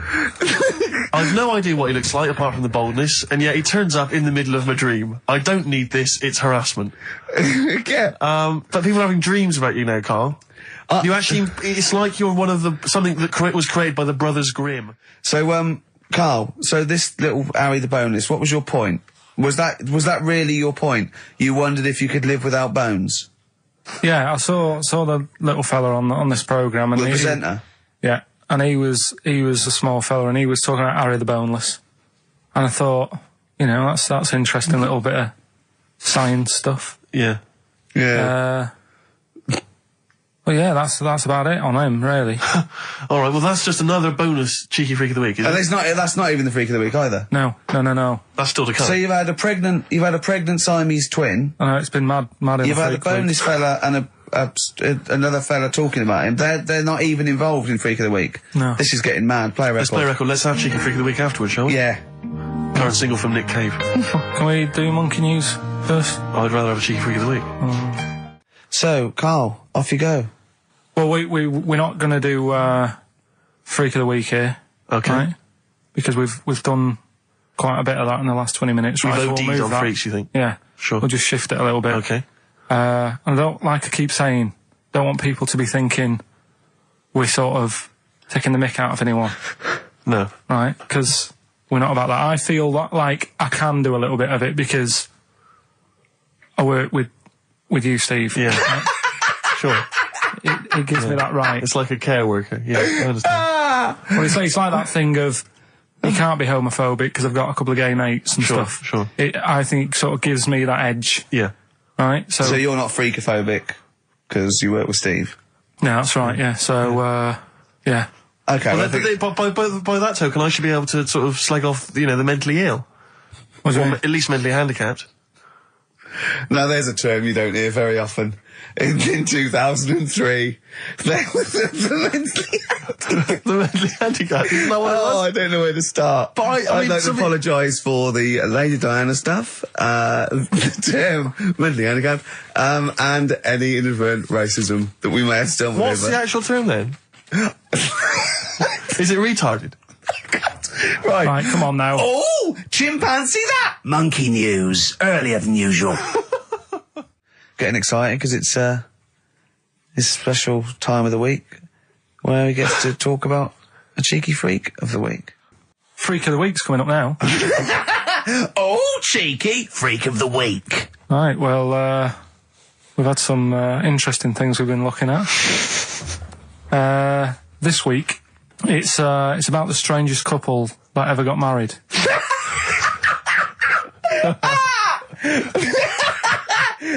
And we've had 2 sets of chimps, so it's stranger than that. Oh, it's not Dale Winton and Neil McAndrew, is It's it? not your parents, is it? Well, we're going back again to about, I think this is about 19... something like that. 1940. Yeah, whatever. Yeah, whatever. Yeah. Strangest couple, a fella, right? He had the skin of a lizard. He had the skin of a lizard, okay. And the woman who he Which he married... used as a condom. The woman who he married. Yeah. Airiest woman ever. Right. And that was their act. They used to tour the world, and they'd say, it's like, a couple who've met, they're having a great life. Let's get them out on stage, here they are. And they'd What do you mean out. he had the skin of a lizard, first of all? That's what it said. He had some sort of some illness. So he was called Lizard Man, and you like that because it was good description. I thought that's good. I'm here, hello, we've booked a table for 2. Who are you meeting? I'm meeting Lizard Man. Oh, he's over there. Yeah. You know he is, right? Yeah. I'm meeting the hairiest woman in the world. She's over there. Yeah. Yeah. So what did they do for their act? Now, bear in mind that we had some Siamese twins last week, and their act was having a bath. Yeah. So I hope it's an improvement on that. What did Lizard Man? He came out and ate some flies, did he? I don't really know. I just think they stood there and that. Yeah, when you read this and it goes the most interesting fact ever, Lizard Man, and you go, that's enough. That's enough. I can extrapolate from that. Well, straight away I start thinking. I'm thinking, right. I wonder if they got the wedding photos. Right? And then, like you said, that they had a kid. Oh, what would that be like? Exactly. It'd be like an ostrich, wouldn't it? It would sort of like. That's what I was thinking. What did you think it would come out like, the baby? I didn't think what that looked like. I just was thinking, parents' evening. You wouldn't want them coming up to the school, would you? So little Johnny, who starts off relatively normal, he's quite good at, he's good at nature, isn't he? And his mum and dad come into the room and they'd be looking round, wouldn't they? Well, it's always like that thing at school when, like, you find out your mate's mum and dad are really old. Right, Have you ever seen that? Yeah. When you go, your gran and granddad bought you? Yeah. No, mum and dad. Yeah. And you go, oh. It is weird. What's that we're talking about? He calls him mum. What was that? Oh, sorry. Do you know what I mean? Yeah, And that's always strange. If you had Godzilla and King Kong as your parents, and it was, they're like always fighting. They're always fighting, and like you say, you're in a school play or something, you wouldn't tell them, would you? You wouldn't want them coming out with a video camera. He didn't tell his parents he was in the... Well, exactly. You did Little Donkey, you didn't tell your dad, did you? And he came along and videoed it. Yeah. Kept it quiet, don't want them to know anything. But you didn't... What was it was meant to be playing? You had a little drum, didn't you? Yeah, I was doing... I had a little drum. I think I was meant to be playing We Three Kings. Yeah. But we started doing Little Donkey and I thought I can add a touch to this. Sure, you improvised. Started playing along. It was like the first remix, wasn't it? It went down well. But yeah, that's all I was thinking with the Freak of the Week this week. That's what I'm saying about Freak of the Week. It's to get people thinking, right? Thinking how lucky they are. That, they don't have to... comb their face. What are you talking about? What do you mean? Freak of the Week is to let people know how lucky they are. Just... What about the little freak you're talking about? What are they thinking? They're going, oh, he's talking about me. I'm a little hairy lizard man on a stick. Pop in, give us a call. I thought, that's what I'd like to do on a TV programme. That's what I want to do. I want to go and, meet these people and say, right, let's just go shopping. Let's, we'll film what your normal day's like. Yeah. Let's pop out. Nip into Sainsbury's or whatever. Yeah. Buy a comb. Park right up close to it. You know what I mean? Yeah. So what you're saying is you just want to get a little message out there, which is that there's always someone worse off than you. Well, there's proof of that in this room. You know what I mean? Oh, Carl, when's your train? In a minute, I'm going to get going now. I'll see you later. Thanks, Carl. Brilliant. What are you playing? You going to play a song? Kirsty MacColl. Yeah. I'll see you later. Kirsty MacColl, New England, Karl Pilkington has left the building. He's rushed away. He's on his way down to Cornwall. And we're left by ourselves. Indeed. In the room. See, if we can do this... If we can press all the buttons and not make any mistakes, strictly speaking, there's no need for Karl. I don't mind if we make mistakes. Well, no, exactly. We never were in the old days. No, sure. I think Karl is going to love Cornwall. Because I think, one, the mayor is probably an animal. Yes. And I imagine the townsfolk think like Karl. Yeah. Do you know what I mean? I imagine he'll stay there. He'll be made king. Have you ever seen Return of the Jedi? In Return of the Jedi, the Ewoks, the little furry creatures, they see C-3PO, and because he can talk and he can speak their language, they actually elevate him to godlike status. What are you doing here? Hooray! He's back. What are you doing? You could have stayed till the end. I'll see you later. What are you doing? What are you doing? Right. Right, well there he is. He's on his way. Yeah, if you're listening online in Cornwall, I mean, I can't imagine that's ever going to happen. But, you know... on a clothesline with a bean tin at one end and a big bean tin in London. Or if I'm cool in London. Yeah, or if the foil helmet you wear to fend off laser rays from aliens out of space are somehow picking up the show, then Karl's on his way. Look forward to meet the bold one. Because he's got a sort of like, you know, the obligatory sort of red face that would go well down there now. Because I think he's been out in the sun, or he was... pre-boiled when he came in. But he's rushing down to Cornwall now, going from Paddington Station. So, you know... If you're in the Paddington Station area, you want to pop down there and sort of wave him off, then do. Yeah. Don't be afraid. That's not a dirty sexual act. Wave him off. Yeah, I'd love to wave him off. Did you have a good holiday, Karl? Yeah, it was alright. It's alright. Went down to Cornwall. Now you're going to the monkey some odd sanctuary. people down there, Steve. Well, don't look at me, I'm not from Cornwall. Well, you're from that sort of area. Well, not really, but never Genetically, he means. Right. They're weird. Well, you must have slotted right in. What are they weird? What do they look like? Just all sort of odd people. A lot of old people, but not just old, sort of messed up old. What do you mean messed up old? You can't just say that. There was a woman with a funny neck. Okay, in what way was it funny? Why did she have a funny neck? If you were writing an essay, you wouldn't say there was this woman with a funny neck. How would you describe it? She sort of had her head like pointed down all the time. Like Don't do it. It's his radio. No, but just for you, I do like that. Yeah. About yeah. Okay. Right. So brilliant. I don't know. I was saying to Susan, I'm not what happened. You know. What do you think? Because Suzanne knows everything. That's the good thing about her being with you. You just ask her what happened to her, and Suzanne goes, "Karl, I don't know. Yeah. I haven't been here before." Suzanne, your girlfriend, or mummy as you call her. Oh, sparks are flying. Yeah. I got a little bit of chocolate. Can you just lick a tissue and wipe it off? Oh. Well, she said it might have been like, because back in the olden days, they carried stuff on the... The olden days? What do you mean the olden days? This woman was probably, what, 50? No, she looked about 70. Yeah. But like I do on Cheeky Freak of the Week, right? I always turn it round and we get, like, something good out of it. Something positive, yeah. I said to Suzanne, I bet she finds a lot of money. Yeah! Always staring at the ground, yeah. Oh, so dear. It was always good. So, maybe she just had new shoes and she was admiring them. Yeah. Did you think of that? Before you point the finger and judge? Mm. Or a necklace was too heavy. Exactly. So, you're back refreshed. Right, come on, Karl, we've got a lot to fit in now. We've insulted a lot of people. Only about 25 minutes to go. We've got monkey news, we've got rockbusters. Have we got a Cheeky Freak of the Week this week? Could cram it in, see how we do. Do we want it? Well, me and Karl got a joint favourite lyric now. I love you like a fat kid loves cake. Yeah. That's great, isn't it? I mean, I like it because it's funny and humorous and cheeky. You like it because it means something, don't you? You think that's the absolute truth. If someone was to say that to you, that would be the most romantic thing they could say, innit? Because it's... I don't know, I'm just thinking you know what it means. It's like the Elephant Man, right? The Elephant Man, that's what he's called.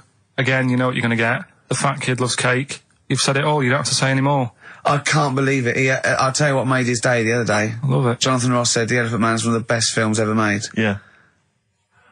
Endorsed by a celebrity. I know. Well, by a film buff, really. It is good though, isn't it? It is a very good film, yeah. We have got Cheeky Freak of the Week. Right. There's been a lot of stuff going on this week. In the freak world? Yeah. Is it really? Yeah, there's loads. I mean, stuff that we can... The one that hasn't made it. God, this is what it hasn't made it, so we'll judge it on that. Go on. There's a woman, right? Do you know how, I mean, in a way I thought Elephant Man, it was a bit tight because, you know, they sort of took him on a freak show, did a bit of a road show with him and stuff. Yeah. There's some woman, I think she's in India, like now, who makes a lot of money because she's got 3 legs and like 7 toes stuff. And she was saying people pay quite a lot of money. Not Squiddy Patel. It's not that much money like compared to here, but over there it's like loads of money. Sure. And all you do is you go around to her house and you pay this lot of money, and people just go, oh, look at that. Extra leg. Extra leg. Right. It's quite a lot of money in that. So she hasn't even got to go out on the road anymore, like in the old days. No, People that's what annoyed me. It's like, well, you could get to them faster. You go and see them if they're paying the money. Sure. But yeah, there's... What she could do is go in and buy a pair of shoes, right, and then nick one on the way out, because they only put one out, don't they? Good idea. So she could get, 2, 3 for the price of 2. Just one of the many perks of having 3 legs. Just one of the having 3 legs. The other one is, keepy uppy. But she'd be good at that.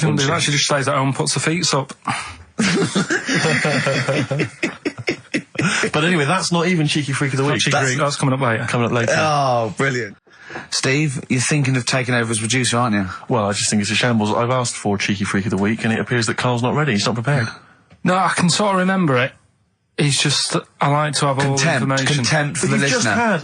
You've just had a whole bunch of adverts and placebo in order to get it ready. We're having a chat and that. Right, do you want to sort yourself out in future? Yeah. This is what we were chatting about. Someone emailed in about they watched the £200 tumour thing, and when it was removed, it was carried away in a wheelbarrow, right? Karl said, what, even when she had it removed, she still carried it round in a wheelbarrow? And he went, I thought it's sort of like she'd become attached to it.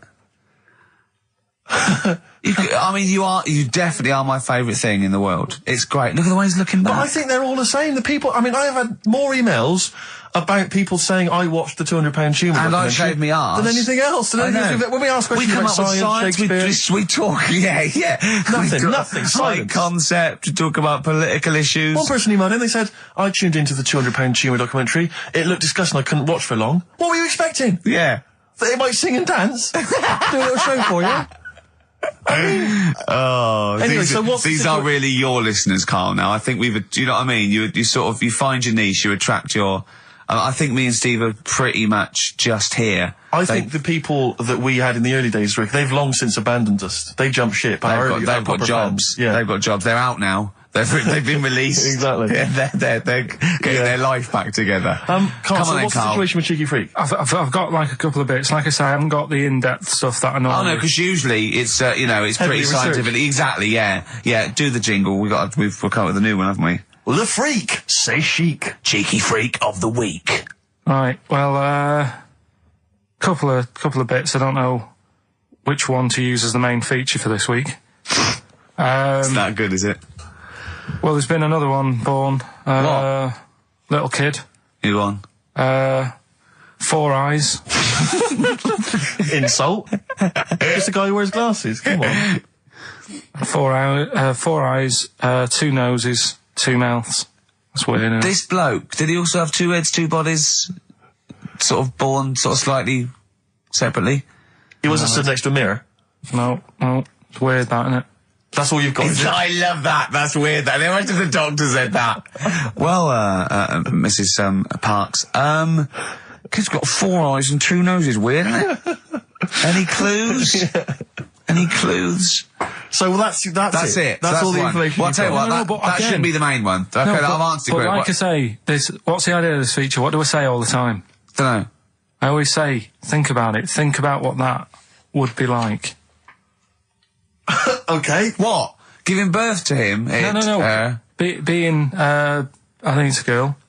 Being like her. 2 mouths. 4 eyes. What would that be like? Mad, innit? I don't know what this feature is. I don't know. Is there another one? Is that, you said that? I hope everyone took the opportunity there during that silence to just think about what it would be like. I know I was. What? Could she talk with a mouthful? What? Is that allowed? Because she's got 2 mouths. Yeah. Would that be alright in her house? She'd be eating. Yeah, she can talk with one mouth and eat with the other, I suppose. Well, listen, the main one, right? You've thought about that, that's good. The main Cheeky Freak of the Week, I haven't got all the details. Smallest person ever. Right? How big would you say that is? Carl is now sort of like holding his hands up like a fisherman, long ways. That's about 1 foot. Right. Smallest man in the world. I printed the thing off and I can't find it. There's a little picture of him. Right. The odd thing was... But why have you asked me how... Did it say, or was it a picture of him? I didn't really read it. Of course you didn't. Jesus. I just saw it and thought, oh, that's... What, you straight away assumed it was natural size? No, it was that big. But what do you mean it was that big? Little fella, like that. But why are you doing that? What? It was a page with a little fella. How do you know that was natural size? No, it was, because he said it's world's smallest man. And the funny thing is, I've read the first line. I always read the first line. It said, world's smallest man. Well done. The weird thing is, he got an head like a light bulb. The shape of it, apparently. I don't know if that's got anything to do with his shape and face. God. That big. His name's Mr. Watts. And the annoying thing is, what got me is, if you're that big, right, don't have your picture taken next to a fruit bowl. Why was he having his photo taken next to a fruit bowl? Don't know. Whoever the photographer was, obviously having a bit of a laugh. Yeah. At his expense. Because you would just stand in the middle of nowhere, you'd look normal and that, but he was stood there, just leaning on an apple. Leaning on an apple? What is this? In what world do you inhabit? Well, this was on the internet. Leaning on an apple? Was it Tom Thumb? What is this? Are you sure it wasn't some sort of sci-fi show they're advertising? No, it was leaning on it. Can you just lean on the apple? Just lean on the apple there. Do me a favour, you stand next to my chihuahua. You're not taking the piss, are you? No, not at all, no. Would you mind leaning on this matchbox? Yeah. Leaning on an apple. And that's what, so it just said, is the world's smallest man leaning on an apple? Smallest man, said about his head being like a light bulb, I don't know what that meant. And I just thought, right, that'll do. That's that sorted Cheeky Rig of the Week done. I think that was on like Monday. Right? I found that, I thought that's done. Printed it off, forgot to get it off the photocopier. Someone's nicked it. Play a record. You got to... You know, it's just... Steve. No, can I just say, no, Carl, please, if I say, let's have Cheeky Freak of the Week, and you haven't done your research, you haven't got the information, just tell us you can't do it. But don't lead us on. Don't say this on radio. Hold your hand up to me and go, how tall is that? It's nothing. That's radio. Nothing. It's nothing. I think it was that big because he was leaning on an apple. It's not enough information. But, imagine Trevor McDonald coming on, going, some news, some stuff. How big's that? How big do you think that is? Yeah. Because there was a fella, coming up after Chris Tarrant. Play a record. I'm angry. I'm actually angry. And if Monkey News is in any way similar, you've really pulled your finger out with that, have you? Mm-hmm. Good. Let's have Rockbusters answers next. Silence is easy. Star Sailor on XFM 104.9. Right, it's the quiz of the week. If you want to go out and do some shopping, this is probably a good time, and come back again for about 2:15. But don't forget, what I will say is, even though these clues, we're going to do songs of phrase, by the way, where Carl picks out a phrase that he might have said once, tries to find words from songs to put it together. You've got to guess as many as you can, song or artist, I can't remember.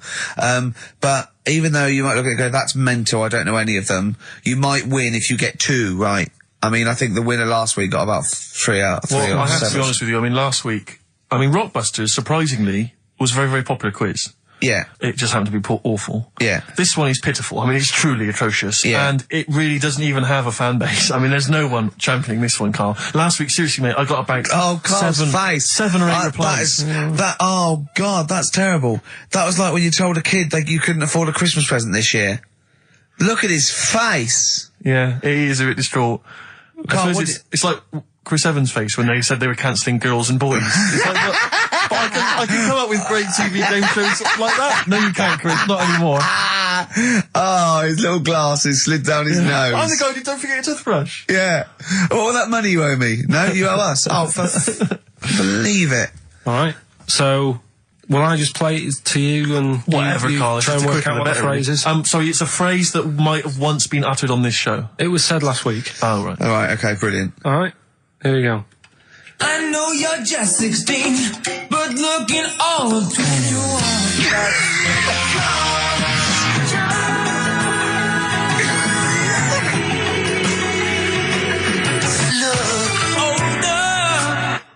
Right, didn't quite hear Right, it. I know what that is. That's ridiculous. What was right? it? What it is it's something like, right, you're only 16, but you look 26, and the Chinese look older than they are or something, because he said that. The Chinese don't age well. That is mental, Carl. It's the most convoluted, ridiculous, racist piece of material ever to be uttered on radio. Play it again. I know you're just 16, but looking all of 21. That's...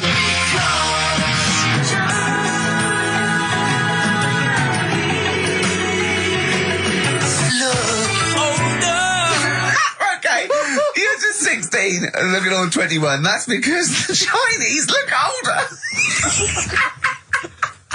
Carl, you've gone mental. All right. Oh, that is amazing. So, there you go, the well-known phrase, you're 16, looking all of 21, that's because the Chinese look older.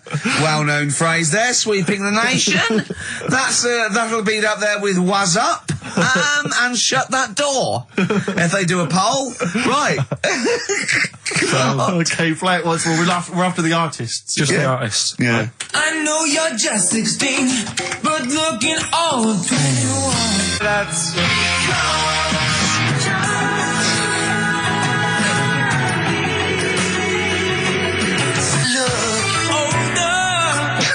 Unbelievable. All right, let me tell you what the prizes are. We've got, I assume this is the new album from Mower. Everyone's going crazy for Mower. I've not heard people stop talking about Mower. But there it is. We got the new album from the Webb Brothers, which might be quite good. The Polyphonic Spree album, the best dance album in the world ever, which is ideal perhaps if you're having a barbecue and you've got lots of 8-year-old children coming. The Polyphonic Spree, I look at them and I think, well, you know, you're a pretty good band, but if that album sounds like $1 million, you're going to make that 40 quid each. I know, it's extraordinary. I mean... They're the sort of indie equivalent of the So Solid crew. Yeah, you're not going to make any money. The manager's getting 20%. Exactly, yeah. And also on DVD, Red Dwarf Series 1. So, some absolutely barnstorming places. And if you can identify what artist are using this well-known racist phrase, that's because the Chinese look older. Play it once more, Carl. One more time. I know you're just 16, but looking all of 21. That's...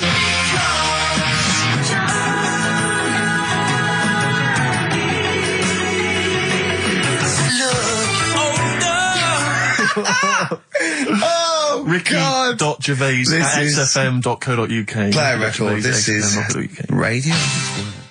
Panic, the Smiths on XFM 104.9. Well, we've done the first half hour, which is mainly genital related. Then we've kicked in with some racism. You have to guess what artist. It seems just a couple of emails just to update you on what's coming in here. Go on. Natasha has emailed us. She says that she's of Chinese origin, and at 27 she often got mistaken for 24. So your notion that Chinese people don't age well is obviously factually incorrect. Yeah, well, we didn't need... Thank you for playing, but I mean, honestly, trust us, Natasha, we didn't need you to tell us that. We know Carl is talking absolute nonsense. Wait till you get to 30.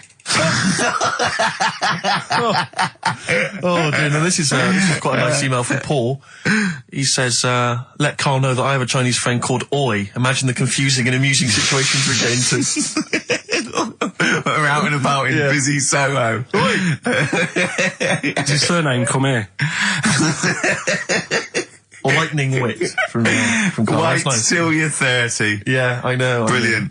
But no, actually, we've had a surprising response to Songs of Phrase this week. Despite the fact everyone has agreed that it's racialist, they've nevertheless had a go. So keep your answers coming in, because we may as well. You're a hit, Carl. You're a hit. What, have we still got monkey news? Yeah, don't worry. Oh no, we got to do, oh look, play a record, we got to do the results, and then we got to do monkey news. Could we quickly do the results? Well, you say we've got to do the results. There's not people hanging on for them. Let's don't do it, just knock it out there before. Well, let's play a tune, let's come out and do it. Eddie and the Hot Rods, yeah, surely. Carl, quick, the results, then monkey news. I need some monkey news, but I need the results first. Right, play it again and give the answers. Here we go. Songs of Phrase. Songs of Phrase. Name the artist. Name the artist. I know you're just 16, but looking all of 21. Hue and Cry. That's... Who's that? Hang on. It's not our fault. Well, that's Philip Bailey again. That's too little. Right, it was... That was Roxette. The Look. Yeah. Right, we had You and Cry started it off. Yeah. 16. That was Dean Martin. Because Jane's Addiction. Yeah. Because Chinese Philip Bailey. Philip Bailey, that's second outing he's had. Last one we used him for Chinese with there's a hairy Chinese kid. He's never got so many royalties being used in racist game shows. Brilliant. Then Roxette and finishing with George Michael. Oh dear. So brilliant. Right. Who's the winner? Well, the winner, actually, it looks to me like he's got all of them here, from Bognor Regis. It's Stuart Birch. Well done, Stuart, and you get that bag of tat. Bognor Regis. Yep. Oh, just need his takes address. me back as well. Yeah, if you just email in your address, Stuart, and you can have those goodies. If you're not interested, don't bother. Do you want to do you want to set up Songs of Phrase? Yeah. Oh, God. If you've not heard the show before... I thought we weren't doing this week. I thought we weren't. No, we'll do it once, right? And then next week's the last one, so we'll do Rockbusters. That might be the last one ever, depending on whether Carl decides to come back in October or not. Exactly. I'm bored of it. I told you I'm bored of it. Why are you bored with it? I get bored quick with stuff. Yeah. I told Suzanne the other night how lucky she was that I haven't got rid of her yet. She's, do you know what I mean? Things. You put on a soft music though first, didn't you? You didn't just start getting that around. You know you're a very lucky girl. Sorry? Well, I usually get bored with you and that. Yeah. Oh, dude. You're lucky you haven't pissed off. Yeah. Do you want all the champagne or what? Well, she was annoyed the other night. What's that on your ear? Don't worry about it. Where'd you get on? We're walking to the pictures, right? To go and see Bruce Almighty. Sure. Why? And just something to say, innit? Yeah. So you were trying to sneak in the back. So on the way, cutting across Leicester Square, and those fellas who sell roses, he comes over. Do you want one? Do you want one? I said, don't do that. She's allergic to them. Right. So he'd go away. Yeah. She got all annoyed about that. Because she's not allergic to them. Well, she's not allergic now, but they're about £3 each. What But the point of that, Carl, is not that she really wants a rose, it's that you're willing to spend £3 on her. Taking us to the pictures. How much was that? That was £8 each. Did you pay for it though? But didn't you ever... If I know you had her dressed up as a small child. Yeah. Me and my son, please. Or you made her sit on your shoulders and wear a long coat. Yeah, exactly. Anyway, listen, Songs of Phrase then. You paid for her to go in and then you went and had a pint while she watched it. Yeah, there's no point in both of us seeing it, but tell me about tell it. me what it's like. Oh, right, Songs of Phrase. So let's explain what Songs of Phrase is. You do it. Okay. Oh, really? If you think that Carl is bored with life, then you will be even more bored once you have heard this particular quiz. The gist of it is that Carl has taken a well-known phrase. Well, no, I'll stop you there. Not a well-known phrase. Something that he said once. On this show. Yeah, probably. And he's somehow compiled together a number of different songs which have somehow built up that particular phrase or sentence. If it's anything about Chinese people, Philip Bailey will be involved. That's all I can say. Okay, let's hear it then, Carl.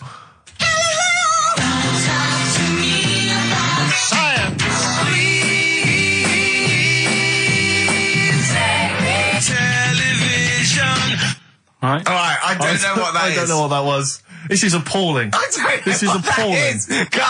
Carl, I do not know what that is. What is the phrase? I just was saying last week about everyone's raving about Galileo. No, they're not. No, they're not. No, they're not. No, that sounds like a sort of B-side from the Buggles. Everyone's raving about Beyonce and Robbie Williams. Yeah. They're not. People going, Pop Idol. What are you into? Galileo's good. Yeah. Forget it. No! Placebo, song for Carl there. That's Special Needs on XFM 104.9. I'm Ricky Gervais with me, Steve Merchant, Karl Pilkington. We were doing Songs of Phrase. Oh yeah, I forgot about that. Yeah. Oh God. So what is this phrase? What is the phrase, Carl? Last week we were talking about Galileo. Right. And I just was saying, years ago, I can't remember now, when was it? When was he doing his thing? End of the 16th century, I think. Right.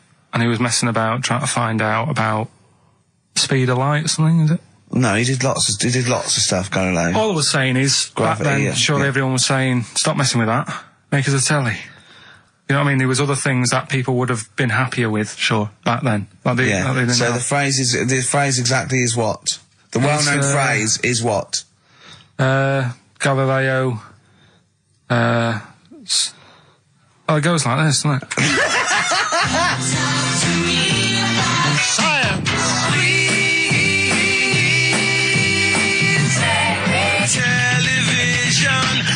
Right. So it's Galileo's stop talking to me about science. Make me television.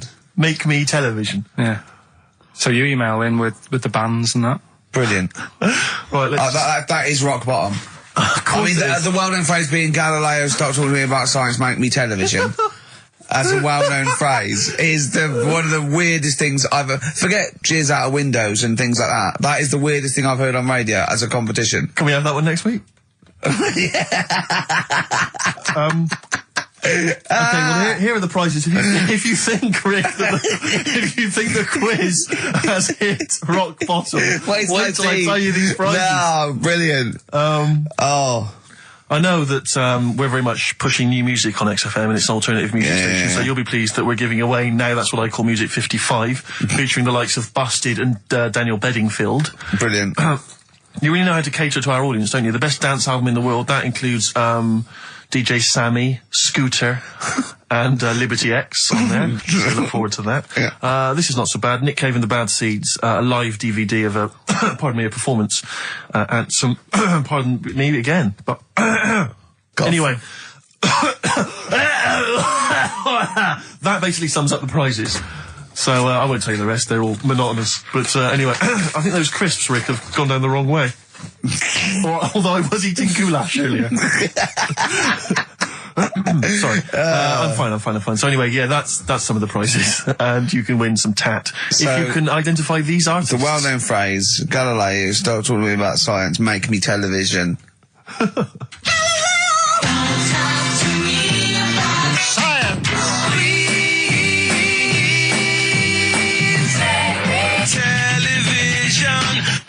I just emailing. But easy this week, I think. Those, yeah. Play a record, Carl. I mean, it's ridiculous. Ricky.Gervais at xfm.co.uk. The Pixies. Answers rushing in, we should point out, for the quiz. Most of them agreeing that it's pointless. Some people have called it... It's songs of phrase, of course. Some people are referring to it now as songs of arse. Which is more than appropriate. But you'll be pleased to know that it's ending this week, and next week we've got the return of the even more pitiful Rockbusters. For the last one. That's back for the last one. We perhaps also need your petitions to Karl. If you want us to stay on the air, then you need to petition Karl, giving good reasons why he should stay, why this show isn't boring, or rather why he shouldn't be bored by it. I mean, you're bound to be bored as listeners, but obviously he's running out of steam now. What are you fed up with? You're just fed up with in general, are you? I mean, you want your Saturdays back, do you? Just want a bit of a life back, that's all. But you don't do anything with your life when you've got it. Why don't you do this instead of, like, your day job? Can't. It's more important than my day job, innit? That's what earns the company money and that. Know what I mean? Well. So... Why don't you do a regular show then? Sack someone who's, you know, quite frankly not putting the weight. I've done that. I did that years ago. What do you mean? Done it. Told you, I've done a lot of stuff. Boxing, done. Tick. Dancing, done. No, you turned up, the place was shut. Yeah, but... Dancing? When did you do dancing? That's when he went and said, I want to do dancing, and he went along to the place, and it was shut, and that was it. And he said, I didn't do it anymore. That's not doing it, is it? Boxing, he had a fight with one lad, then the lad beat him up, and he didn't go again. Oh dear, it's pathetic. Well, anyway, yeah, so this is basically our penultimate show. Next week's the final, and we're all looking forward to that enormously. Yeah. But that may be it forever then, and this, you know, all for one, all, you know, one for all for one. The Three Musketeers, gone forever. Yeah. I, for one, will be pleased. Oh, I have to get some of these taped, because I like coming in and sort of, you know... Incidentally, Rick, don't be afraid to nick as many CDs as you see fit on that last show. People have already nicked them. No, I know, but just take whatever you want. If that Four Non-Blondes is still there, isn't it? I think it's still there. Because I don't want that to be nicked. Yeah. And I got a feeling, because I don't think there's any Smiths in the library, but there's quite a lot of Gina G. Really? What? What was that sigh for? Nothing. What? Ooh. Play a record. Monkey News is on the way, plus the results. This isn't radio. You've got to keep talking or playing music. Play some music? Yeah. I was going to say the winner. I don't think anyone cares. Oh, come on. Someone got all of them, didn't they? Well, okay, play it again then. This was Songs of Phrase. You did this. The well-known phrase is Galileo, stop talking to me about science, make me television.